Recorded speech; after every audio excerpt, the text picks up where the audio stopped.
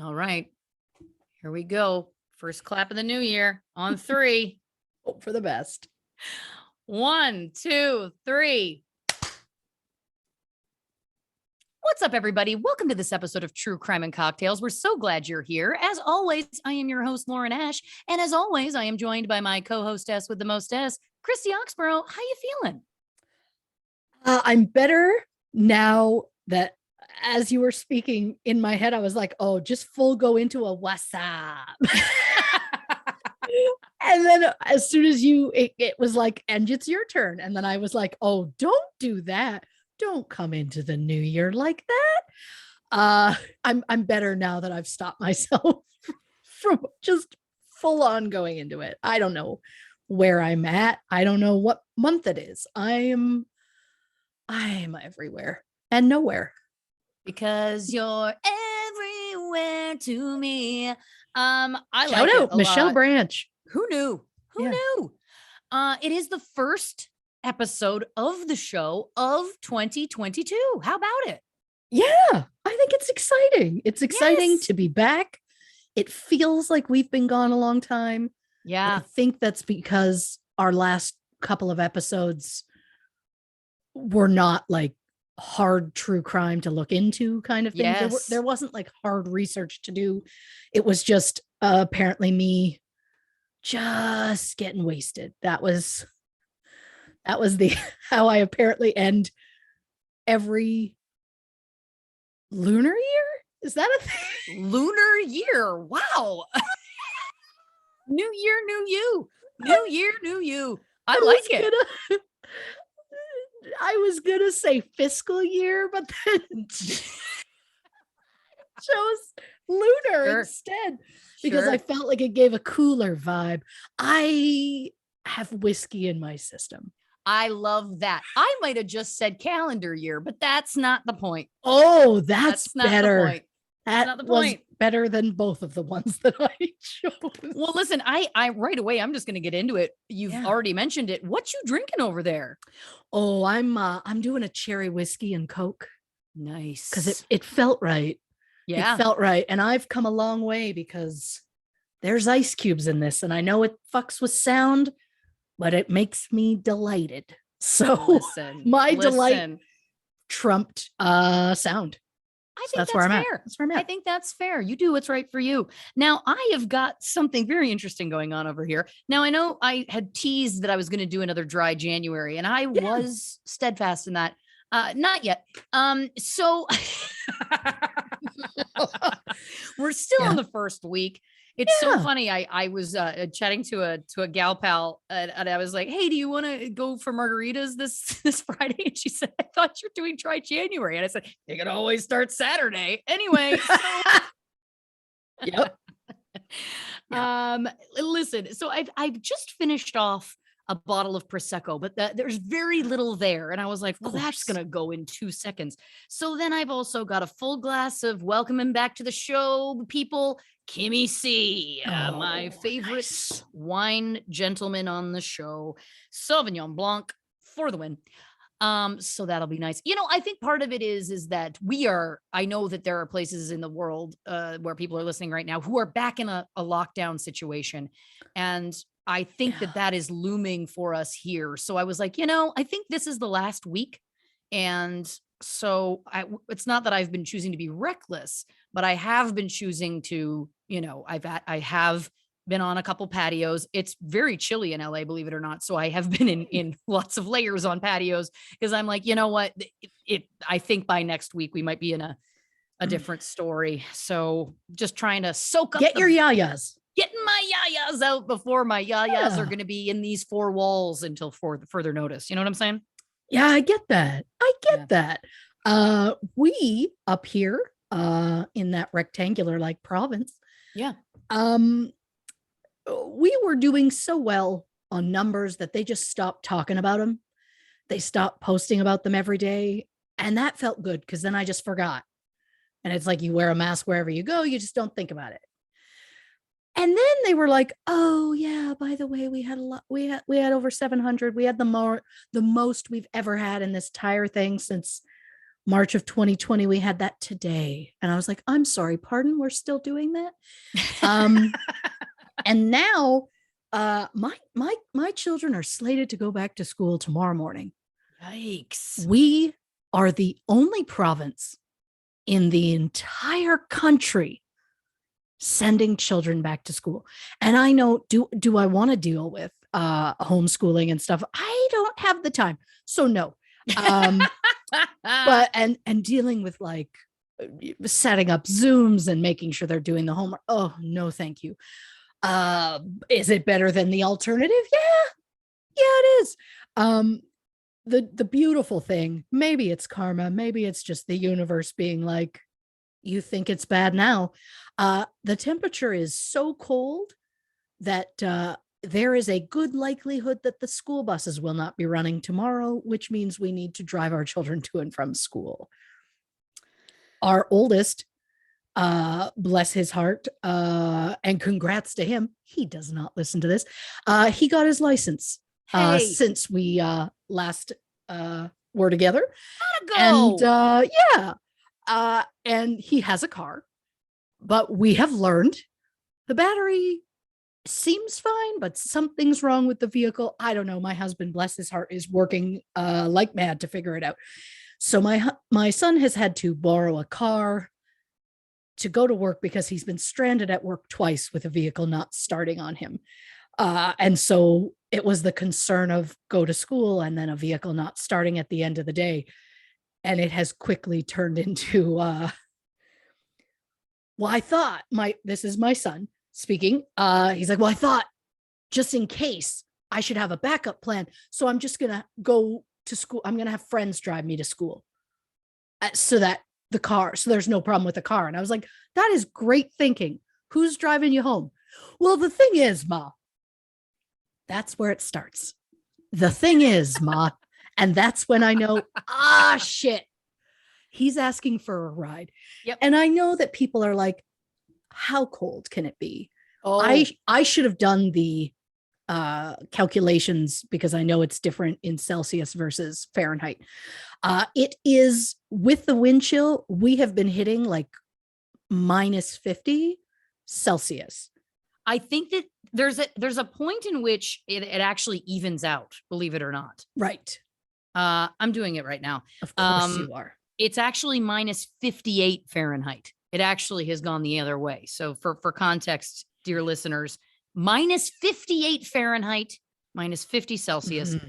It's just not the way anything is meant to live.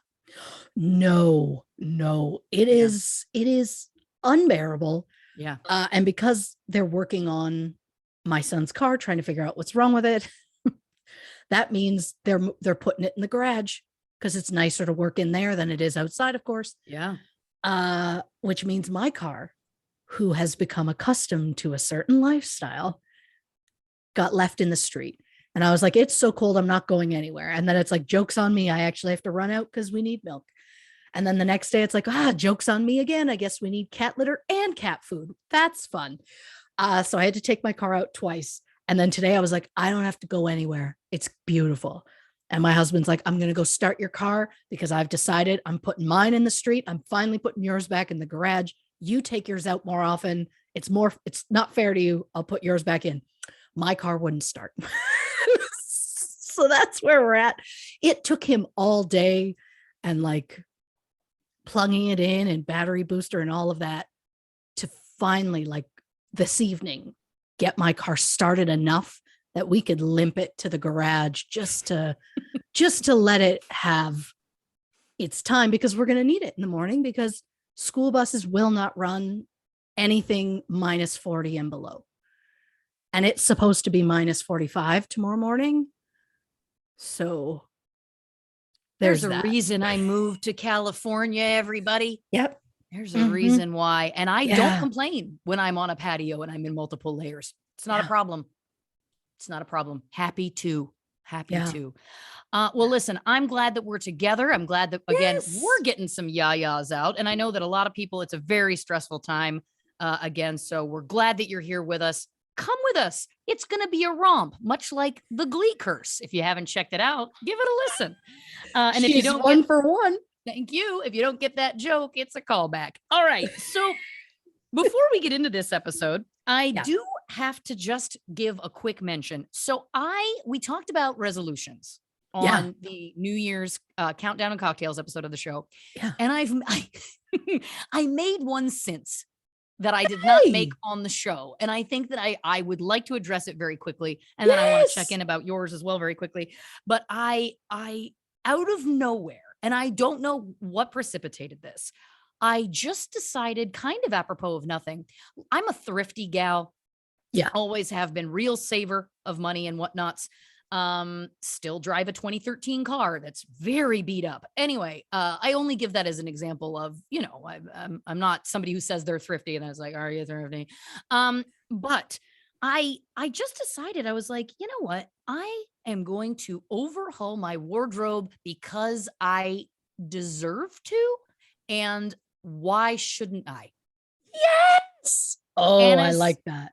I think it was also because before the break, I had a couple of in-person meetings. This was also before Omicron had gotten to California. There were no cases here at the time. So we were still in that blissful phase where if you were fully vaxxed and boosted, it felt like you could take on the world. But anyway, but as I was going to these in-person meetings, I realized, oh my gosh, I have business meetings and I have been in the house for 2 years wearing mostly my own merch. Yeah. So I was like, I think I needed to add some pieces. And I just went on this tear buying clothes. And here was the other caveat: things that I would never think that I would wear or that would work. This is the other caveat. And I'll tell you this: I pushed my boundaries and I am in love with everything that I've bought. I haven't had anything that I've decided to send back. There's only been a couple things and it was like a fit issue. But in terms of like, yes, did I post a picture on Instagram in baggy ripped jeans and a pleather bra? I did. And I would have never thought that would have been a choice for me. I am in love with it. And I'm so excited for the first time because I get very overwhelmed at the idea of going through my closet. I'm like, you know what? I'm going through that. This is one of my plans for this week. If I haven't worn it in a year, and if it doesn't fit, or if it's in any sort of disrepair, it goes. Because I always feel this guilt. Like, it's like I spent money on it. It's probably still wearable. And it's like, you know what? No, new year, new you, out with the old, in with the new. You work hard, Lauren. You can afford to buy yourself some new pieces of clothing, and you should. You deserve it. Dress the way you want to feel. Feel like $1 million is the point. The clothes did not cost me $1 million. Oh, I like this a lot. I like the energy. Yeah. I like all of it. I like the energy of you're going to treat yourself. Yeah. And the fact that it's one of those like calls back to your childhood where you're like, I just feel like I shouldn't do this. And it's like, we're telling that child, no, it's okay. Come with me and you'll see. Yes. And it's so funny you bring up childhood, because what I keep saying is, I'm like, this is how I dreamt of dreaming when I was in high school. But I believed that I was so fat that I couldn't possibly, the joke's on me, I was not. But I really, like, if you had asked me, it would have been like, if I could dress like Gwen Stefani, that would have been it. I just thought that she looked so amazing always, no matter what she was wearing. And now I'm like, well, you know what? You didn't do it then. And this is a love letter to teenage me saying, hey, I'm going to do it now because you didn't do it then. And you feel fabulous. You know what I mean? Oh, I love this for you. I love this for high school you. Yeah. High school you would be high-fiving right now. She would be overjoyed.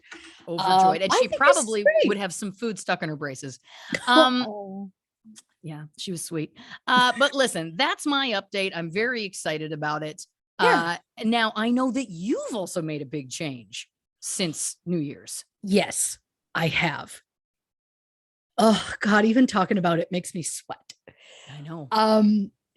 It's just so funny that there are people that are going to be like, and but there are going to be listeners who are like, oh shit. I ordered a lot of stickers. I believe it was Redbubble. I could be wrong. I'd have to look into it. If people if people are interested, I'd have to look into it. Might have been T Public. Christy, stop. I believe it was T Public. Stop it. So I ordered a ton of stickers in like late last year. And I was like, I want to put some on my laptop, but I was like, I can't. I've never been that one. I can't put a sticker on a thing. I can't.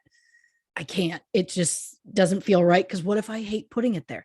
Then you take it off, but then where do you put it? You've wasted it. It's the fear of wasting something. So instead of wasting it, you just don't use it at all, which is essentially you're then wasting it. So I was like, you know what? Fuck it. I'm just gonna do it. So one day I had a simple one of our stickers on it. And I was like, you know what? I'm gonna take that one off. I'm gonna just go for it. And I wiped down the laptop and I took all of my stickers. I laid them out like I was a child with my sticker collection. And I laid them on to see where they fit, what I liked, what I didn't. And I now have a laptop covered in stickers, and which ones I didn't get the chance to put on my laptop, because again, I bought a lot of them. I put on my calendar, my agenda for the year.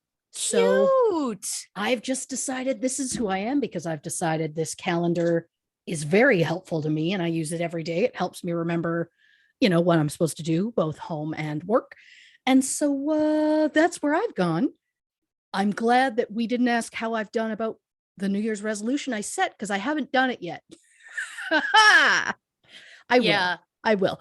But again, I've got almost all of my main crushes are somehow in that sticker collection. Like I got a shout out to Speed, Of course. for Keanu. I got a shout out to Clueless because I love that movie and because I love Paul Rudd.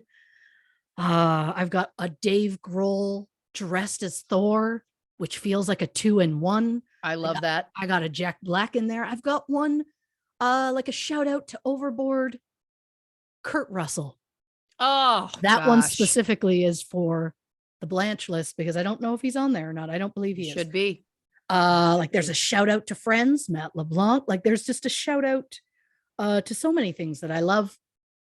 And the one that gets center stage is my Shady Pines Golden Girls reference. It had to go on there. There was no ifs, ands, or buts. It just had to be. And I still get a little sick when I look at it to see what I've done. But I'm glad that I did it, because it always makes me smile, because I look at a different sticker every time I'm opening the laptop, and never fails to bring me some joy. I love this for you. This is a huge change. And I share that same anxiety as you. I can never put a sticker on anything. It's always made me feel very anxious.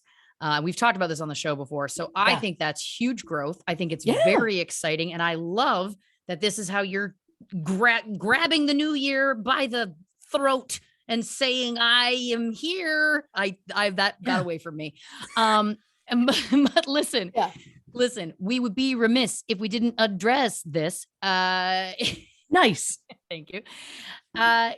Speaking of the Golden Girls, I think we do need to take a quick moment and pour one out for the legend, the icon, the undeniable, unstoppable Miss Betty White. Yeah. My husband was the one who told me, like seconds before you texted me. Yeah. You texted me are you sitting down? Yeah. Or, yeah. And I was just like, I've just heard. The joke being that he told me, and I was like, well, that's not real. And then he's like, yeah, it is. And I just said, oh man, we're going to be flooded with messages. And he just turned to me and went, that's how I found out it was on one of your pages. And I was like, damn, wow, go True Crew. They were informative. I love it. And I just went, oh, that's really sad. Yeah. Oh, end of an era. Okay. And he was like, okay. And I was like, I mean, I'm like, I did not know her personally. And he's like, you're allowed to feel whatever you want to feel. And I was like, I'm fine. It's fine. I did not know her personally. And then I commented and I said, she loved animals so much. So I said, I think I'm going to find an animal charity that she liked and donate to them. Or maybe I'll donate to one of a local one and do that way instead. And as I was talking to him about it, I was just like, I fully sobbed and just went into because I think that's what she would have liked. And I broke down and he was like, you are allowed to feel these things. I was like, it doesn't feel like I'm allowed to feel these things, but yeah, devastation. I did not take it well. I had 2 solid cries Yeah. in under an hour. Yeah. Just enough time to like get myself back to where I was. She was just felt so pure. Yeah. Just like there is not a part of my life that I can think of that she wasn't there in some respect, because I've been watching Golden Girls from the beginning when I was too young to get that there was a lot of boning going on in that house. Lots a lot of it. boning. Yeah. I stuck with the ladies into Golden Palace with Don Cheadle. Shout out Don Cheadle. That got weird and unnecessary.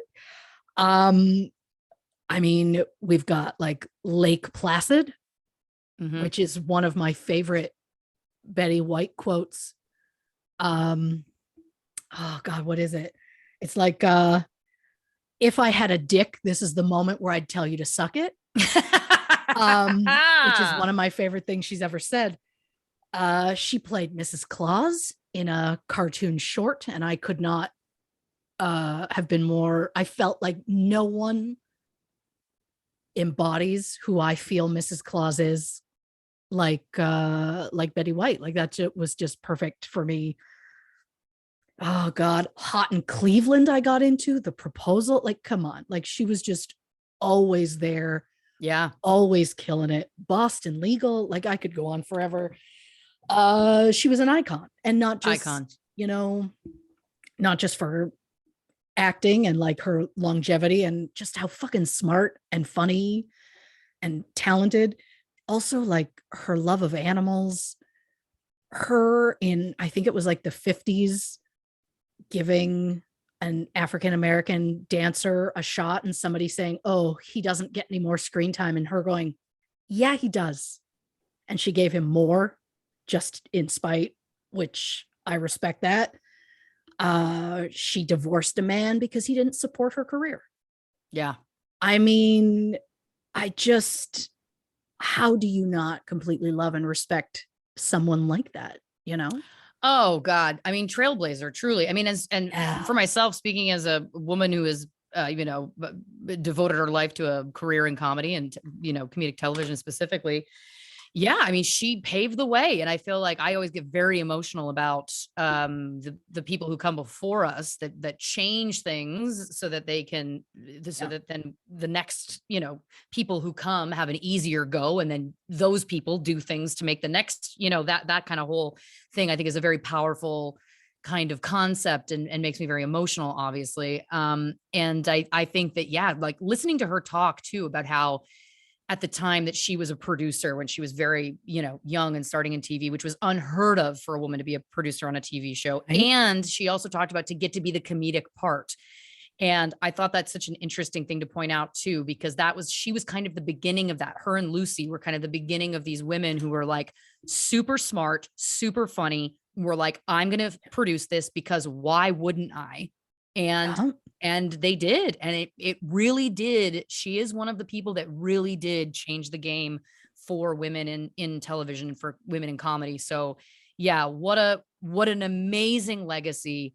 What a loss for everyone, obviously. But I think for the community, the true crew who listens to this show, and for the two of us, definitely a loss. I think that we all share in. And I know there's also been people who are like 99 years, like you can't be upset about such a full life. But I think that the thing is that she kept going till the end. So it didn't feel like she was done yet. It felt like it was like, she's got more to go. So I think that's also a testament to just how beloved talented and hilarious she was that at 99 people are like, she's gone too soon. And I think that that's really, again, that's the testament to who Betty White was, as someone who did not personally know her, but definitely was affected and impacted by her. So let's raise a glass. Let's pour one out. Cheers one out to Betty White. She changed the game. And she also said, oh, here, I'm going to go now. Oh. She said when she was doing the Inside the Actors Studio, she was interviewed by James Lipton. And the one question he asked everybody is like, if heaven exists, when you arrive at the pearly gates, what do you want God to say to you? And she said, it's too early to start crying, Ash. She said, I want him to say, hi, Betty, here's Alan, who is her third husband who died, who was the love of her life. And that just destroyed me. So anyway, I hope that they're together. I hope that all the gals are having some cheesecake on the lanai. I had done so goddamn well. I thought I was going to get through without crying. I talked about legacy. God damn it. Here's the thing. This is where Mama Oxborrow did it right. I purposely swayed away from any discussion of Alan. I thought I got cocky. I got through talking about like her legacy and impact on women in comedy. And I didn't cry. And then I was like, I think I can talk about Alan. Nope. Bye. Their love. What a gift. What a beautiful, beautiful thing. And I do believe it was me explaining Alan and their relationship to my husband that caused massive cry number 2. I get it. Yeah. Well, look, on that note, let's get into the fucking murder. You did promise in the countdown. I was like, don't you worry. There's going to be so much fucking murder. Yeah. Actually, I think you were dressed like a little Spider-Man boy at the time. Oh, I'm so sorry. So I do believe that was the Hootenanny, but yeah. Oh my gosh. That's how I'm going to tell time now in my brain is what makeup was Lauren wearing at the time. I also feel like there's little Spider-Man in post, and that's just the truth. This episode, dear listeners, we're of course talking about Murder Among the Mormons, which is a documentary if you've not checked it out yet. This, of course, was our December patrons poll pick. We're over on Patreon, patreon.com/True Crime and Cocktails, where we do bonus episodes. We do monthly live Q&As, and we have a monthly poll where you can vote for one of the shows that we're going to cover each month on this main feed. And this was the winner for December. So we are covering it here now. So do not worry if you don't know anything about this. I'm about to tell you. So in October 1985, 3 bombs went off in Salt Lake City, Utah. The bombs claimed 2 lives and left a third victim, Mark Hoffman, in critical condition. But as investigators looked for connections between the bombings, they quickly learned that the third victim wasn't really a victim at all. It turns out that Mark Hoffman had planned and executed the attacks. So why did a 30-year-old mild-mannered husband and father plant multiple bombs? And how do the bombs connect to forgeries worth millions of dollars? Christy Oxborrow investigates. What a roller coaster this episode is. We have said multiple times before in other shows, we hope you're not coming in hot, fresh on this one as a first-time listener. But this time I hope so. I hope there are some that are coming in for the first time, and this is how they meet us. Well, we've encapsulated a lot of our vibe. We've been supportive of each other. I've cried. It's been truly chaotic, and now we're into the case. So I feel like it's right. It feels right to me. Yeah. It's giving you all of us in 30 minutes. There you go. So what more could you ask for? Enjoy it. Before I do mention the case, I have realized my error. I did mention Boston Legal, but I forgot to mention another hero of mine. So I would be remiss if I didn't shout out one Miss Candy Bergen. Thank you for calling her Candy. In 2022, I'm far too familiar. And 2022, far too familiar. I love that. I think that should be our shared slogan for the year. It's just where I'm at mentally. And I'm just like, life's too short. I'm going to call her Candy out of the sake of for her to know the deep love that's there, the deep love and respect. I'm not some Yahoo who doesn't know you and calls you Candace. Of course. And I referred to Chris Evans as Chrissy Evs recently. So we're both in this together. 2022, far too familiar. Far too 22. No, stop it. It's not. Yep. It doesn't always have to be a thing. So I am going to start this episode off with a disclaimer. I am not a practicing member of any organized religion. And so my knowledge of most religions is quite lacking. So I came into this episode with nothing but an interest in learning as much as I could in order to share it with our dear listeners. And while this episode is going to focus on Mormonism, I'm going to say it, even though I don't know that it needs to be said, but any comments about the suspect in this case does not reflect our thoughts or opinions on Mormons in general. If you are a previous listener to this show, I hope that by now you know that we are not the types to generalize an entire group of people in any negative way, and that we don't take a person's religion into account when judging that person's character. And if you're a new listener to the show, welcome, and just know that sometimes we like to give a small disclaimer so people don't try to take our words to mean something that they don't. And we don't always cry off the top, but I like the energy we've brought into today. So I hope it's a thing. I hope we get so touched at the beginning of all of them that, again, you're allowed to feel. Yeah. So there it is. There it is. Now, before we can get into the murders and the forgeries that are the basis of this true crime case, we need to look into the history of the Mormon religion in order to truly understand the devastation that the suspect caused. So to start with Mormonism, we need to start with Joseph Smith. And I promise I'm doing my best to make this just a little less boring than what the documentaries were. No, it was fine. It was just, there was a lot of things that I was like, I'm sorry, what? But it's fine. I'm doing my best. You're doing great. Just getting by. Mm-hmm. Joseph Smith Jr. was born December 23rd, 1805 in Vermont. At the age of 14, Smith claimed he received a vision from God telling him to not join any Christian denominational churches. 3 years later, on September 22nd, 1823, Smith was allegedly visited by an angel named Moroni, who told Smith he had been selected to translate a sacred text which was written around the 4th century. It was called the Book of Mormon and was named after Moroni's father, Mormon. The book contained information about the ancient people living in the Americas, and it was inscribed on golden plates. Smith was told that he would find the plates buried in a hill near Palmyra, New York. Moroni allegedly appeared to Smith multiple times over the next several years, guiding him to find the plates. Smith retrieved the plates in September 1827 and began translating them. The Book of Mormon was published in 1830. After the book's publication, Mormonism began to spread and grow rapidly. So Smith set up Mormon communities in Ohio, Illinois, and Missouri. Many took great offense to some of these new ideas. So in February 1844, Smith, along with his brother, were jailed on charges of treason in Illinois.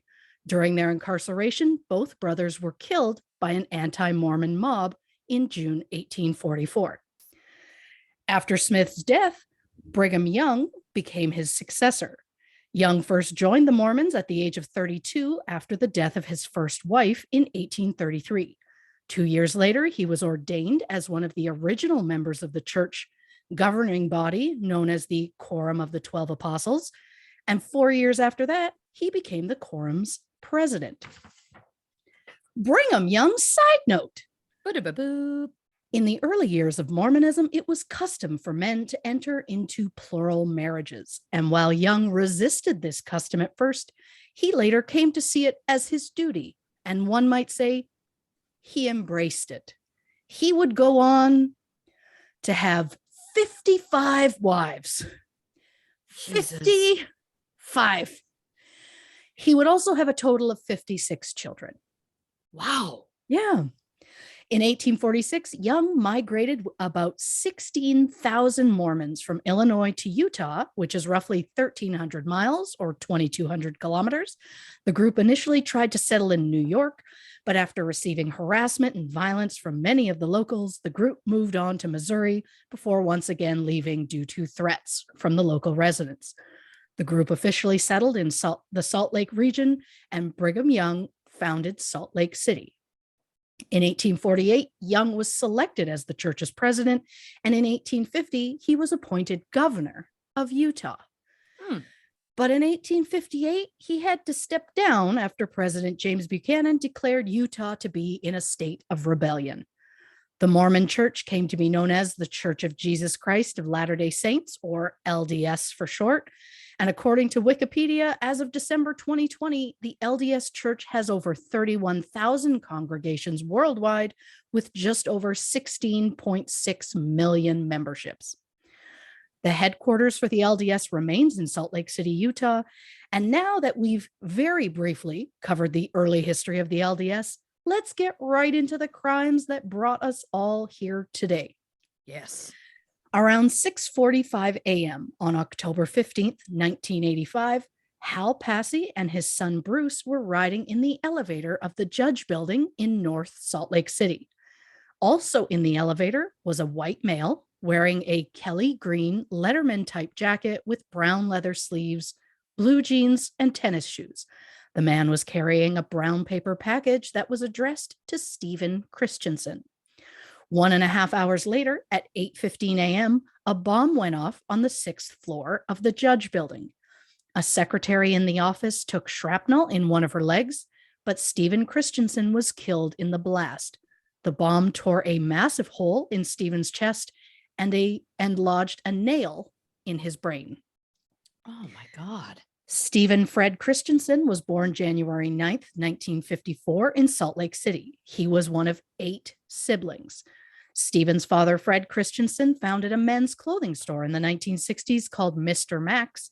As of March 2021, there are still 10 Mr. Max locations in Utah and Arizona. Stephen was a stockbroker who in 1976 married Terry Loran Romney. The couple had 4 sons, Joshua, Justin, Jared, and Stephen. I read that Terry was pregnant with their 4th son at the time of the bombing, but I couldn't confirm that. Stephen was described as gentle, kind, compassionate, and thoughtful. At the time of his death, Stephen was just 31 years old. Oh God. I should have looked up how to pronounce this. Help us all. At 4630 Nanaloa Drive, just 9.8 miles or 15.7 kilometers away, Gary Sheets left his house at 6:50 a.m. to drive his son to volleyball practice. Gary's wife, Kathy, went for her usual morning walk with a neighbor named Faye Cotter. Kathy then went to the bank and stopped to pick the newspaper up from her mailbox. She parked her car in their garage and walked towards her front door. On her front sidewalk, Kathy found a brown paper package. She picked it up, and seconds later, it exploded. The bomb went off at 9:28 a.m. Kathleen, or Kathy Webb Sheets, was born July 31st, 1935 in Salt Lake City. She was described as thoughtful, generous, and community-minded. She married J. Gary Sheets on June 30th, 1958, and the couple had 3 children, Roger, Joe, and Gretchen. Kathy was a beloved teacher who earned a bachelor's degree in elementary education from the University of Utah. And after teaching for several years, Kathy chose to leave the profession to be a stay-at-home mom. Something I read about Kathy that I found very endearing is that she loved Murder, She Wrote. Oh, and to that so I cute. say, same, Kathy. Yeah. Same. Something else about Kathy that I found very charming. Kathy was very close with her sister, Joan Gordon. And Joan said they used to call themselves the Lovely Sisters. Well, apparently the Lovely Sisters traveled together quite often. And Joan said they would always get asked, "Aren't you sorry you didn't bring your husbands along?" To which both sisters would say, quote, "Not on your life." Ah. And find that so charming that I can't stand it. Very cute. Right. That's just feels like us. Yeah. You know, it just felt, it's the vibe. It's the same energy. And I love it. 100%. At the time of her death, Kathy was 50 years old. So one bomb going off is enough to rattle any police force, but two in just over an hour starts a bit of a panic. Investigators start to look into whether or not the victims were connected, and it turns out that Kathy Sheets' husband, Gary, used to work with Stephen Christensen. Stephen and Gary were both officers in an investment company called Coordinated Financial Services, or CFS, which had about 3,000 investors. Shortly before the bombings, CFS went bankrupt, so investigators started to believe that maybe a disgruntled investor might be behind the bombings. Gary Sheets believed that as well. When he was first interviewed after the bombs, he said, quote, "My friend's dead and my wife's dead because of a situation I got them into." Investigators knew immediately that both bombs were from the same perpetrator, as both were in a similar brown paper package. Both were triggered by an electrical timing device, and both bombs were equal in force to 2 sticks of dynamite, and nails had been added to each bomb just to increase the shrapnel. The day after the bombs, on October 16th, 1985, 24-year-old Brad Carter left the mall and was walking uphill to his truck, which was parked near the Deseret Gym at 200 North Main Street. Partway up the hill, he saw a white male, average height, getting into a blue sports car. The man opened the driver's side door and leaned in, keeping one foot on the pavement. The man appeared to be looking for something and was shifting something in the driver's seat. Brad continued to walk past and cross the street when he heard an explosion. When he turned around, Brad saw smoke and debris near what was left of the blue sports car. The man who Brad had seen near the car was lying in the street with his legs bent, a gash on his head, and a wound in his chest. The man had injuries to his legs, and the bone of one of his fingers was exposed. Oof. Since the car was on fire, Brad and 2 passersby helped move the man across the street, lying him on the grass in front of the gym. People came rushing out of the gym with towels to put on the man's wounds, so Brad ripped open this man's shirt to get to the wounds and noticed the man was wearing temple garments, which leads me to a temple garments side note. Thank you. Temple garments are a sort of underwear that LDS members wear after they take part in an endowment ceremony, which, according to Wikipedia, is designed for participants to become kings, queens, priests, and priestesses in the afterlife. It involves 2 ceremonies in which the participants take part in a scripted reenactment of the biblical creation and fall of Adam and Eve. The ceremony also includes washing and anointing the temple garments, which members are expected to wear under their clothing day and night for the rest of their lives. The garments are sacred and not suitable for public display. So once Brad sees this victim was wearing temple garments, he knew the victim was a member of the LDS. And as a member himself, Brad used a vial of consecrated oil, which he always carried, to anoint the man, saying, quote, "I command you to live until proper medical help gets here." According to the LDS, consecrated oil is always olive oil, as it is considered to be the cleanest, purest, brightest burning, longest lasting of all animal and vegetable oils.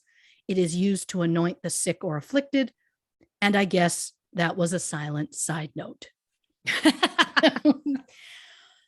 The bomb, which was now the 3rd to go off in less than 2 days, went off at 2:18 p.m. And the victim, who was rushed to hospital in critical condition, was 30-year-old Mark Hoffman. Mark William Hoffman was born December 7th, 1954 in Salt Lake City. He had an older sibling and was raised in a devout Mormon home. He said that he had a bland but happy and typical Mormon adolescence. He grew up liking camping, water skiing, coin collecting, and hunting rabbits. Mark graduated from high school in 1973 with plans to go to college and become a doctor. In 1974, Mark went on an LDS mission to Southwest England. And Mark was very devoted to the church and spent hours on the road proselytizing, which is a very fancy word that basically describes when someone tries to get someone else to convert from one religion or opinion or belief to another. Apparently, there are reports that get released every year that list the number of hours that each LDS missionary spent proselytizing. I like to throw that in twice to show people that I really know how to pronounce it. I'm so proud of you. It only took a couple of goes on the Google where you play the sound to hear it a couple of times. Proselytizing. Like, okay. Yeah. Proselytizing. Exactly. Yep. I will never show my notes and how a lot of it's written phonetically. It's fine. I do that too. Whatever helps, Yes. In 1974, out of the 208 missionaries at the time, Mark was ranked 49th. So he was out there hustling. Yeah. Mark fell in love with a girl in college, but for some reason, his parents did not approve of her. So in April 1979, Mark started to date a freshman at Utah State named Dora Lee Olds, who was known as Dory. They met in the fall of 1978 in the laundry room of Mark's apartment complex, but did not start a relationship until April the next year. After a whirlwind courtship, Mark and Dory were married in September 1979. The couple had 3 children, and at the time of the bombing, Dory was pregnant with the couple's 4th child. The children have asked not to be named as they currently prefer to live in anonymity, so I have respected that decision. Now, Mark has had an interest in Mormon memorabilia since his childhood. When Mark was just 13 years old, he purchased his very first piece of memorabilia in 1967. He paid $250, which is equivalent to just over $2,000 in 2022, for a $5 note from the Kirtland Safety Society, a bank that was created by Mormon founder Joseph Smith. The banknote is even signed by Smith himself. In his adulthood, Mark would travel to small bookstores, combing through the shelves looking for Mormon memorabilia. In March 1980, Mark purchased an old Bible from a man in Salt Lake City. And when I say old, I mean a Cambridge edition of the King James Bible from 1668. Whoa. So Mark brings this Bible home and has it sitting on the dining room table. His wife, Dory, looks through it and she notices some of the pages are stuck together with a black glue-like substance. Mark managed to pry off the top sheet, and using a razor blade, he separated the pages. Between the pages, he found a paper that had been folded into fourths and sealed with glue. Feeling this paper would be incredibly important, Mark left the folded paper sealed and took it to a man named Jeff Simmons on April 17th, 1980, just 2 weeks before Mark was set to take his medical school exam and entrance exams. There we go. Jeff Simmons was a curator of special collections and archives at Utah State, as well as an acquaintance of Mark's.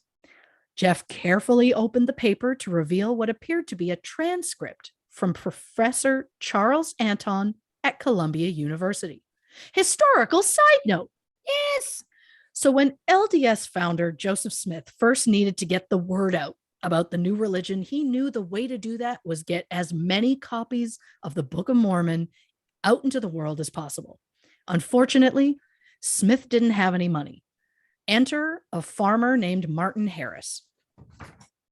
Now, Martin fully bought into Mormonism. He was ready to go. He was willing to sell his farm, which at the time was estimated to be worth about $10,000, and give all of the money to Smith so he could publish the Book of Mormon. Well, Martin's wife was less jazzed about that plan. So to appease her, Martin asked for Smith to show him the gold plates so he could prove to his wife that Smith was totally legit. But Smith refused to reveal the plates, but instead offered to show Martin a transcript from a part of the book that Smith himself copied from the gold plates. Martin decided to get some experts to look at the transcript, so he took it to Professor Charles Anton at Columbia University. The professor looked over the document and said the symbols weren't from any known language, and the document was likely fake. Smith, of course, said the symbols were actually a shorthand that the professor just wasn't familiar with, So in the end, Martin ended up giving Smith $5,000, which helped get about 3,000 copies of the Book of Mormon published. And because I know that all my math homies want to know, Martin's $5,000 is equivalent to about $151,000 in 2022. Wow. And I'm so sorry for calling you my math homies. Am I sorry? I don't know. I don't know. You know what? Honestly, I'm conflicted. I don't know where she's at, but apparently 2022 is where she's at. Yep. New year, new you. Yeah, that's where we're at. I'm just going to keep saying that. I hope good. Because if we say it enough times, I'll just accept it. I'll just accept it. So some say that the professor wrote down his true feelings about the authenticity of the characters on the transcript, but that Martin Harris destroyed the letter. Is it true? We don't know. It happened in 1830. We have no way of knowing. Some people believe it. Some people don't. It's not relevant to our story. So moving on. So this folded paper that Mark allegedly found in the super old Bible was believed to be the transcript that Smith gave to Martin.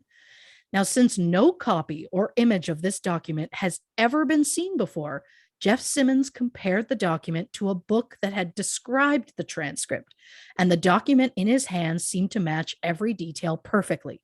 The document was called the Anton transcript. So Jeff freaks out to have this never before seen document, and the LDS hears about it and they freak out because for them, it legitimizes Joseph Smith's story about the birth of Mormonism. So everyone is excited and the church agrees to pay Mark Hoffman $20,000 for it, which is equivalent to about $67,000 in 2022. Right. And that was the moment that Mark Hoffman decided to forego medical school and focus all of his time on being a document stealer. And with such a home run on his first document, he soon became established in the collector community, choosing to focus on books and Mormon currency. In the fall of 1984, Mark's luck continued when he found a letter transcribed in 1830 by Martin Harris. You remember Martin? We just literally talked about him. Well, in this letter, Joseph Smith was describing the moment when he first found the gold plates. He said, quote, "The figure transfigured himself from a white salamander in the bottom of a hole and struck me 3 times." But the thing is, Joseph Smith had previously stated that he was led to the gold plates by the angel Moroni. And this became such a huge part of Mormonism that there is a statue of Moroni on top of nearly every LDS temple.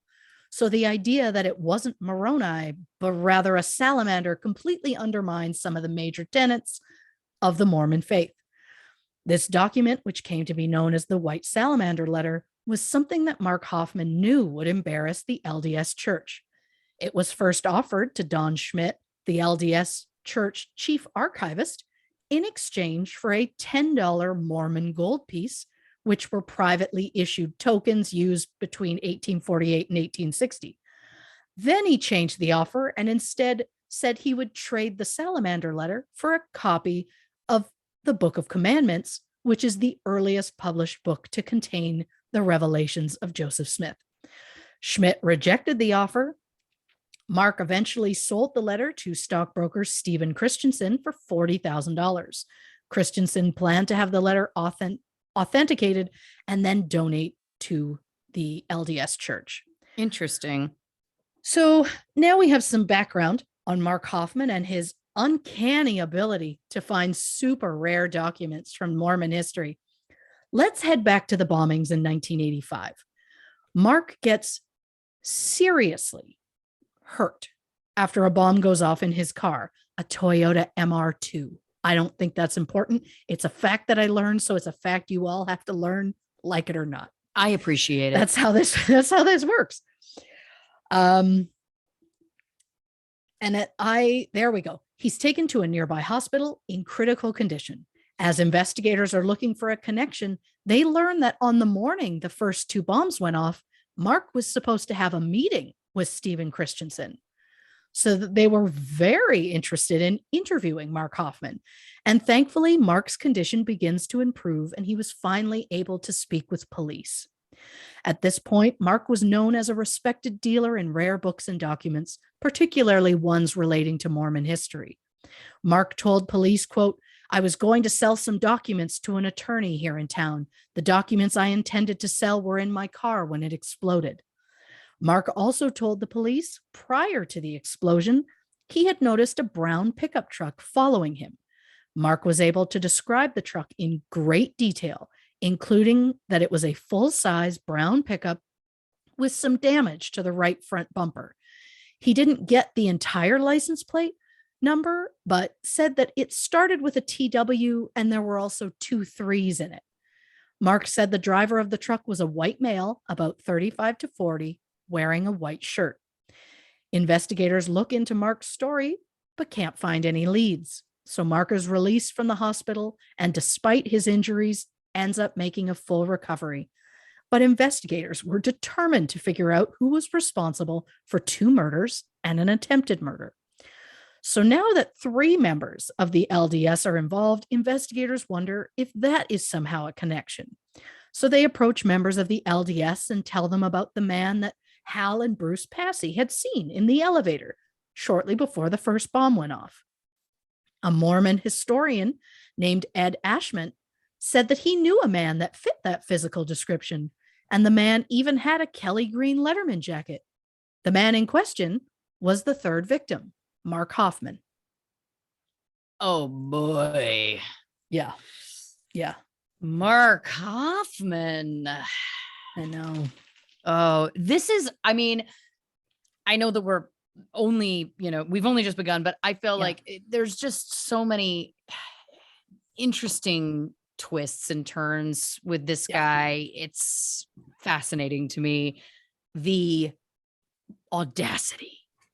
Oh, and he's just getting started? That's what I mean. I know. Oh my gosh. Listen. All right. We're going to take a quick break, grab a drink, hit the can, and we're going to be right back talking more about Mark Hoffman and Murder Among the Mormons on this episode of True Crime and Cocktails. All right. One more clap. Here we go. 1, 2, 3.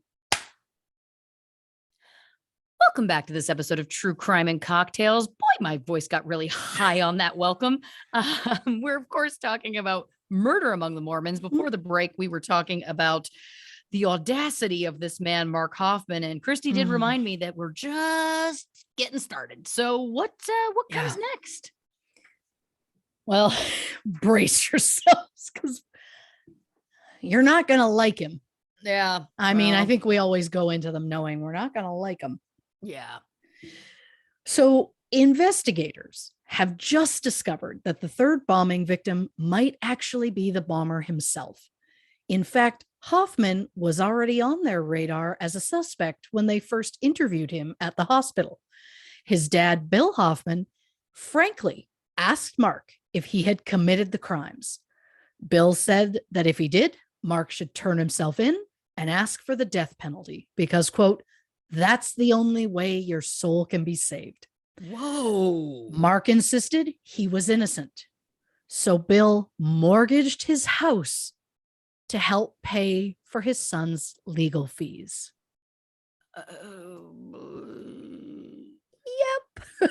If we're going to go high-pitched voice. Yep. So investigators get a search warrant for Mark Hoffman's house, and they end up finding the green jacket and seizing more than 30 boxes of evidence. So investigators start to think Mark Hoffman really could be their suspect. But for a man who was described numerous times as mild-mannered and, quote, "a nice family man," what on earth would his motive be? Well, I'm glad you asked. Remember that Anton transcript, the super old document that Mark magically found in 1980 and then sold to the LDS church for 20 grand? It turns out the transcript was nothing but a forgery. Jesus. In fact, nearly every document that Hoffman ever sold was fake. And remember how the Anton transcript was found inside a Bible by Hoffman's wife?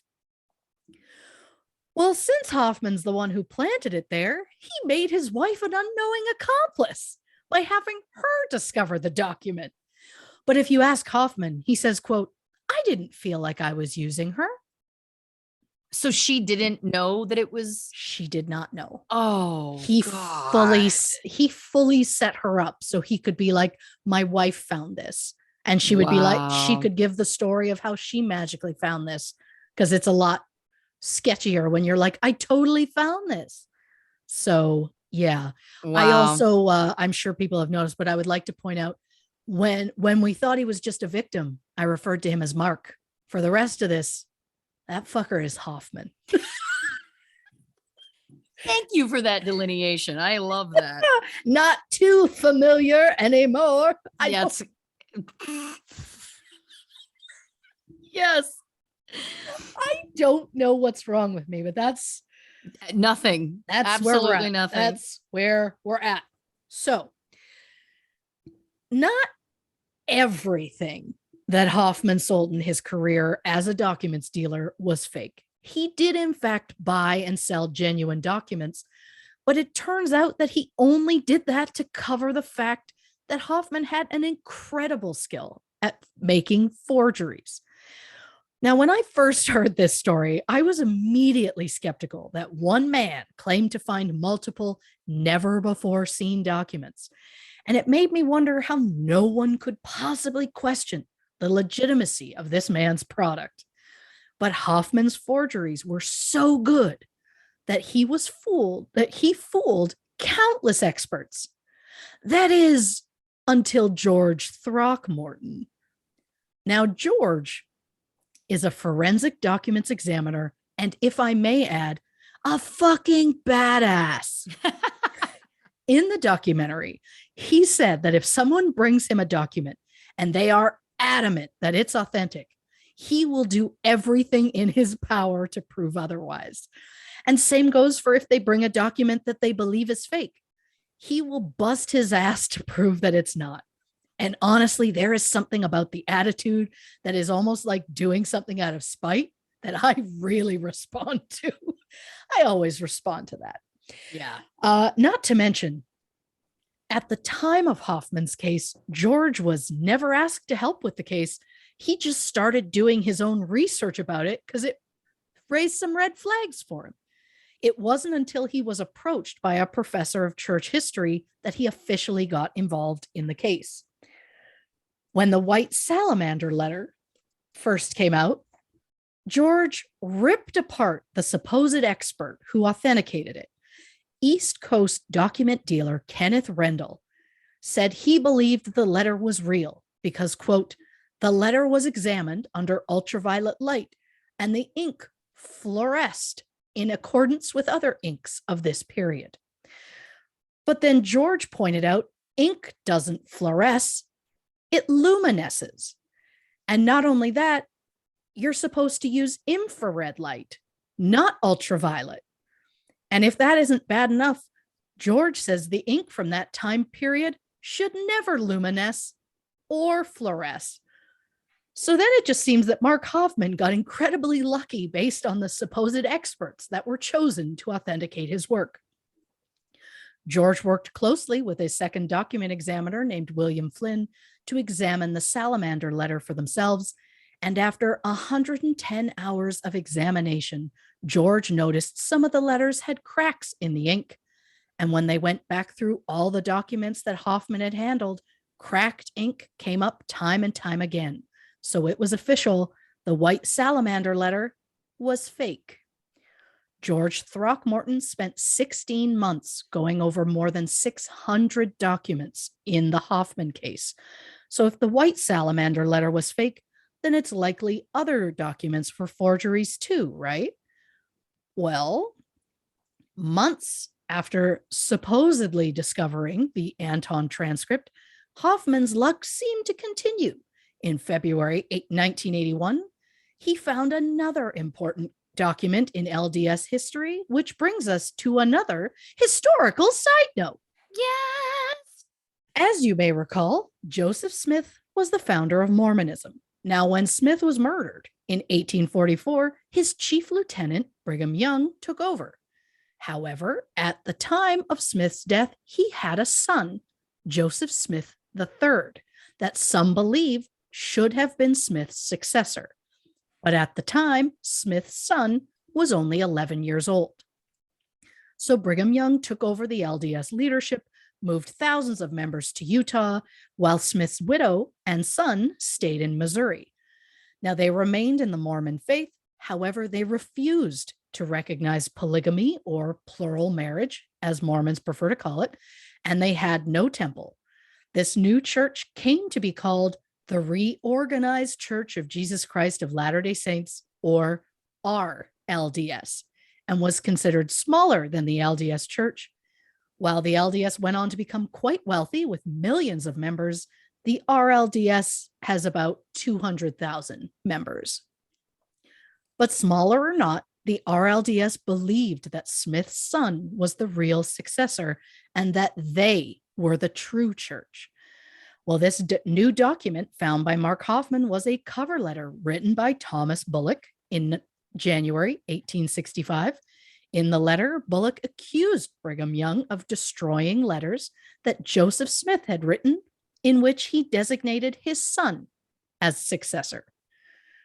So Mark knows the LDS doesn't want that document going public, as it makes it seem like the wrong person was chosen to lead the church. So Mark offers to sell the letter to Don Schmidt, the LDS chief archivist, for $5,000. Much to Mark's surprise, Schmidt says, price is too high. Church isn't interested. Not one to take no for an answer, Mark goes back to the church on February 23rd to say, well, if you're not interested, I'll take it over to the RLDS church. The RLDS, of course, is interested, which then makes the LDS scramble to get the letter that has become known as the Joseph Smith Blessing. But Mark decided to gift it to the LDS church in exchange for documents and books from their archives that were worth more than $20,000. Then Mark secretly went to the New York Times, told them about the letter, so that it was suddenly headline news, and less than 2 weeks after acquiring it, the LDS church was forced to publicly present the letter to the RLDS church. Which is wild when you think about the fact that the LDS church gave stuff to Mark Hoffman and then to the RLDS church. But the document turned out to be one of Hoffman's forgeries.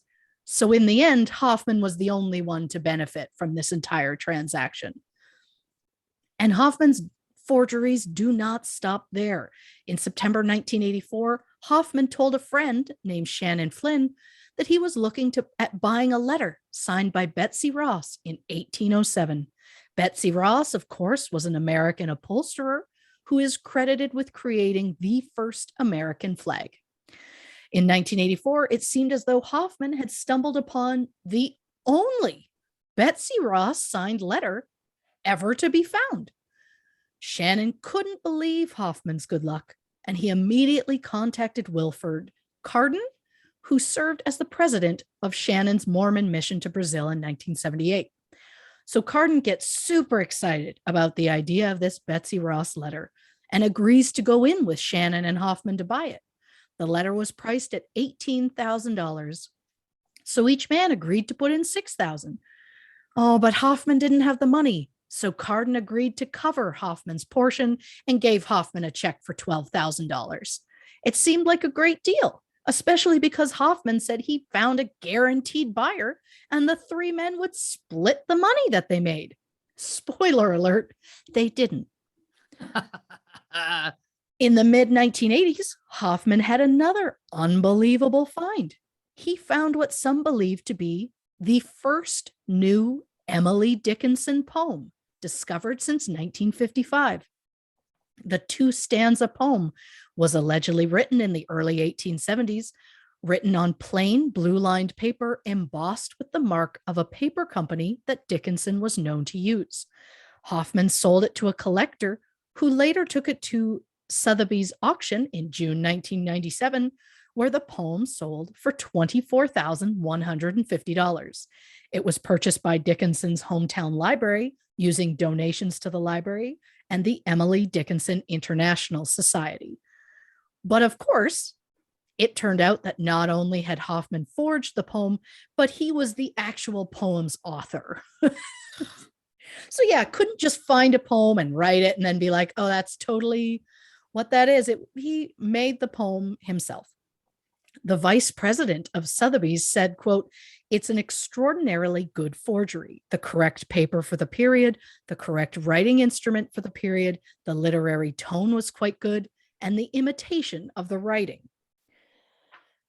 And I would like it stated for the record that I don't care how good of a forger Mark Hoffman was. I still think he was a piece of shit, but we'll get into that.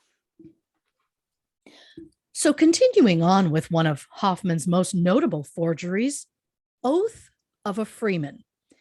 In 1985, Hoffman's visiting New York when he stopped in at the Argosy bookshop. While there, Hoffman purchased 2 documents, one of which he claimed to be Oath of a Freeman. This pledge to protect the colony was printed by Stephen Day at Cambridge Press in 1639, making it the first document printed in America and the first document printed in English in the Western Hemisphere. It has been printed in textbooks before, but the original sheet has never been found. That is until Mark Hoffman happened into that particular bookstore in the 80s. The document was sent to California to be tested for authenticity.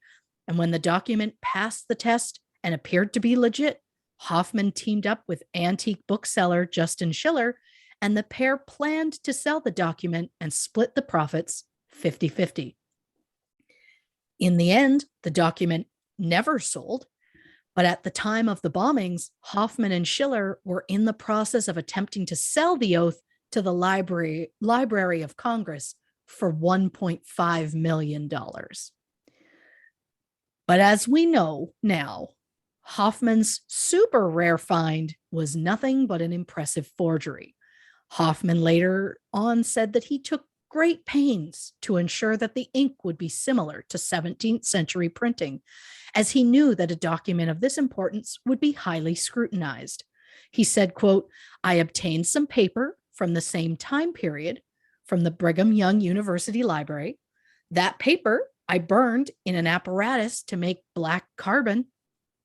The reason I went through this trouble is I thought there was a possibility that a carbon-14 test would be performed on the ink."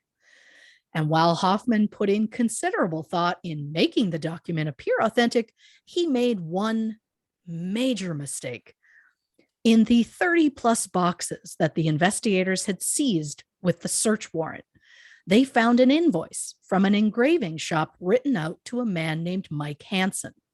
So investigators looked into nearby engravers, and of the 2 places located in Salt Lake City, only one of them had done previous business with a man named Mike Hansen. Investigators went to Debuzak Engraving, where the employee said that a man named Mike Hansen hired him to have a plate made with Oath of a Freeman on it. The metal plate basically works like a rubber stamp, where if someone were to cover the plate in ink, press it to paper, a copy of the plate would be left on the paper. According to the clerk at Debuzak, when Mike Hansen paid cash for the plate, he was a bit short, so he had to make out a personal check for the remaining $2. Oh, come on. For $2? The check came from the account of Mark and Dora Lee Hoffman. It's always something stupid. It just is. It's wild that he didn't go, "Oh, okay, I'll be back," run somewhere and get more money and come back. Because this, oh God. But I mean, very quick aside, if I might, Yeah. Psychologist hat has to go Of on for a second, course. because that is a true blue narcissist. That is somebody who truly believes that they are so much smarter than everybody else that they can do that and they'll never get caught. That is truly. I mean, this is textbook. It's just because it's so stupid. Yeah. It just is. I'm sorry. Oh, I had to say. it's wild to me. I mean, to me, that is one of the most bumbling things that a criminal could do. Not only did he leave a paper trail that led right to him, but he also created a witness. Did he really think the clerk wouldn't come forward when he heard about the document suddenly being found? Like, how can you get away with selling, like asking this guy to make this plate and then being like, oh, here's this document. I'm going to sell it for over $1 million. That's going to be huge news. So you can't tell me that guy's not going to be like, actually, I made that plate.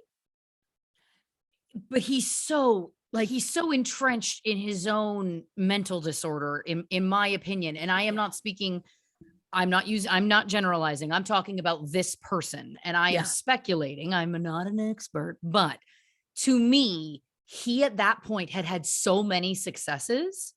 Yeah. He had never gotten caught. He'd always that he just thought, I'm above the law. I'm so much smarter. It doesn't even matter. I'm so smart. I can do this and I'll never get caught. Like, it was that's what I think. But anyway. That makes complete sense to me. Yeah. But that's what always happens. That's what happens with serial killers too. It's the exact same MO where it's like they always get sloppy because they get cocky. Yeah. Oh, that makes sense. And also, stop it. You're not an expert? Bullshit, you're not. Thank you. So Hoffman later admitted to using the alias Mike Hansen as early as 1978 when he signed in at the Special Collections Library at the University of Utah. He also used the name when signing in at the Utah State University Archives Special Collections, the LDS Church Archives, and the New York Public Library. Hoffman said he even once bought a tire using the name Mike Hansen, saying, quote, I must have felt like being secretive that day. Uh-huh. And one final forgery that we should talk about because it is at the heart of this bombing. In 1985, Hoffman claimed that he found the McClellan collection. Do you hear that? It's kind of familiar. It's because it's another historical side note.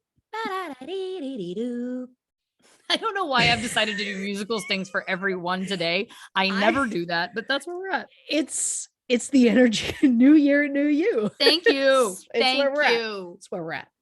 So William McClellan was a close associate of Joseph Smith and an early leader in the LDS movement. He was also one of the original members of the Quorum of the 12 Apostles and would take minutes at their early meetings. For clarity, I mentioned it very early on, very quickly, but the Quorum is one of the governing bodies in the LDS church hierarchy. For reasons that I don't know of, McClellan chose to leave the church in 1836. Some say it may have been due to the mismanagement of the Kirtland Safety Society, which was the church's financial institution.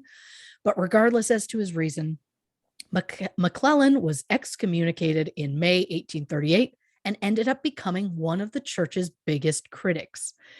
It had been long rumored that McClellan compiled all of his papers, letters, journals, and anything incriminating in the hopes of using them to destroy the church.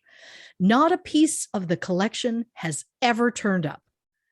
But in 1985, Hoffman claimed he found not one piece, but the entire collection, which Hoffman claimed included at least 15 to 20 letters. One such letter was allegedly a letter written by Joseph Smith's wife, Emma Hale Smith, claiming it was actually Joseph's older brother who met Moroni and found the gold plates, not Joseph. So, of course, that means the church is very interested in the McClellan collection, which is probably why Hoffman's asking price was $300,000. Wow. And soon, Hoffman was under a lot of pressure to produce the collection. He borrowed so much money from people in order to acquire the collection, allegedly, that people started to want their money back.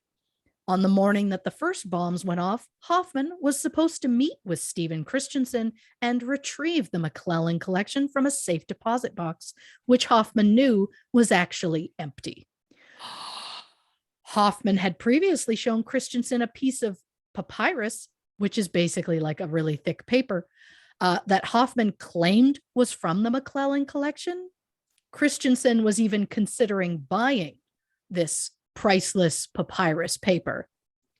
The truth is, in the summer of 1985, Hoffman purchased this papyrus from Kenneth Rendell, an autograph expert and document dealer from Massachusetts.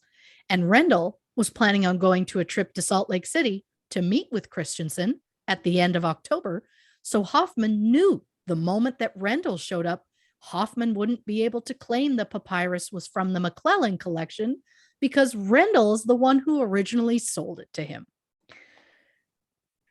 But how much do we trust this Kenneth Rendell when he was the one who authenticated the white salamander letter that was actually a forgery? But we're not mad at Rendell here. We're mad at Hoffman. So we're going to put a pin in our anger for that guy and just move on. Without any other supposed proof, Hoffman had no way to show that he had the McClellan collection. So Hoffman panicked and came up with a plan to destroy the collection while he was creating a diversion, which is where the bombs came in. When investigators first started to suspect Hoffman, they gave him a polygraph test to find out about his involvement in the bombings. In a usual test, a negative score means the person's being deceitful, whereas a positive score means you're being truthful. However, Hoffman managed to get a score of plus 14, which is wild when you realize that Hoffman was lying the entire time. In fact, Hoffman was lying to everyone, including his own family. Hoffman had a room in the basement of his home that he kept locked and wouldn't let anyone else in. It's where he did all of his forgery and aged all of his forged documents. But his wife, Dory, never even questioned it. And why would she? He was her husband. And according to Dory, she said, quote, "He fooled me every single day." Mark Hoffman was officially arrested in January 1986 and charged on 4 indictments totaling 27 counts, including first-degree murder, constructing or possessing a bomb, communication fraud, and theft by deception. Later that month, 5 counts of theft by deception were added to the charges. Despite the charges and the evidence that investigators found during the 15-month investigation, Hoffman maintained his innocence. But then prosecutors started to reveal just how much evidence they'd actually found. During a preliminary hearing, Hoffman realized he was out of options and it was time to come clean. So there was no trial. If there had been a trial and Hoffman was found guilty, he could have received the death penalty. So to avoid a trial, Hoffman accepted a plea deal in which the prosecutors dropped 24 counts of fraud involving forged documents. Also due to the plea deal, the sentence for the murder of Kathy Sheets was reduced from 5 years to life down to 1 to 15 years, which what's up with that? But again, we'll get angry about that later. Yep. Hoffman finally admitted that the white salamander letter was in fact a forgery and that the McClellan collection never existed.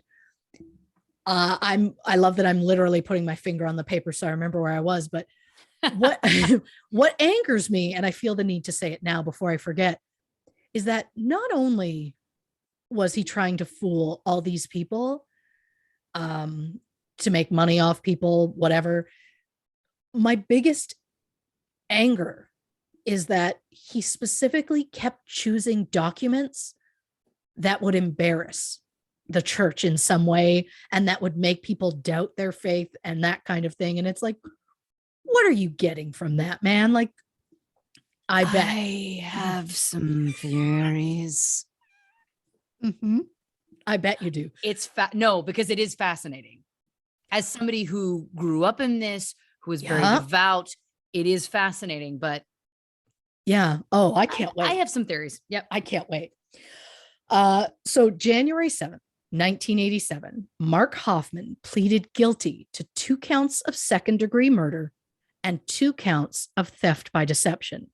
Judge Kenneth Rigtrup said, quote, I do not have any authority with the Board of Pardons, but I can express my opinion, and I will.